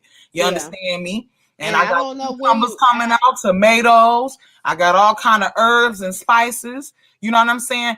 When that time come, we ain't even gonna be having access to cell phones. You're gonna have to use walkie-talkies like we grew up playing with. Those crank radios, baby. I just bought my kids some walkie-talkies during the quarantine. Baby, go play with that. But whole time I'm thinking, wait a minute, I'm buying them some walkie-talkies. Maybe I need to get me some walkie-talkies. Right. And I don't know where you're at, but I'm in Georgia. So right now it's a good fall harvest for like collard greens, spinach, some lettuce, kale. So it's the perfect harvest time. Learn about what is the perfect time to plant your stuff and harvest things. Like right now I can plant these things and I can harvest them like next month. So learn where your region is at. Yeah.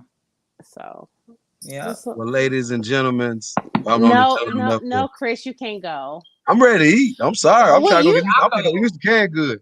Huh? You can eat them tacos. Let's make some canned tacos now, too, people. Let's see how that worked out. How the hell you make a canned taco? Somebody probably gonna hear that and really try it. Don't kill yourself now. You're gonna have to start canning the meat. But no, for real. Everything we talked about tonight, I hope somebody got some out of it. I know we started off on one topic and then we veered off, but that's good though. That's to me, that's good. So I want to shout out everybody who came through on the panel, of course. Everybody who was in the chat. It was a lot of y'all was in here, you know what I'm saying, talking to people names I ain't never seen before. But I'm gonna go eat, and then after that, I'm gonna go find me some old drama-filled ratchet shit to go fuck with on YouTube. And I'm telling where y'all might see my name at. You know what I mean? So everybody be good. I hope y'all again took away something very positive from this conversation. I think I learned a couple of things, you know what I mean? So everybody, I am out. All right, I see you at the next boxing match. Enjoy your you already know. Bye, ladies. All right, bye.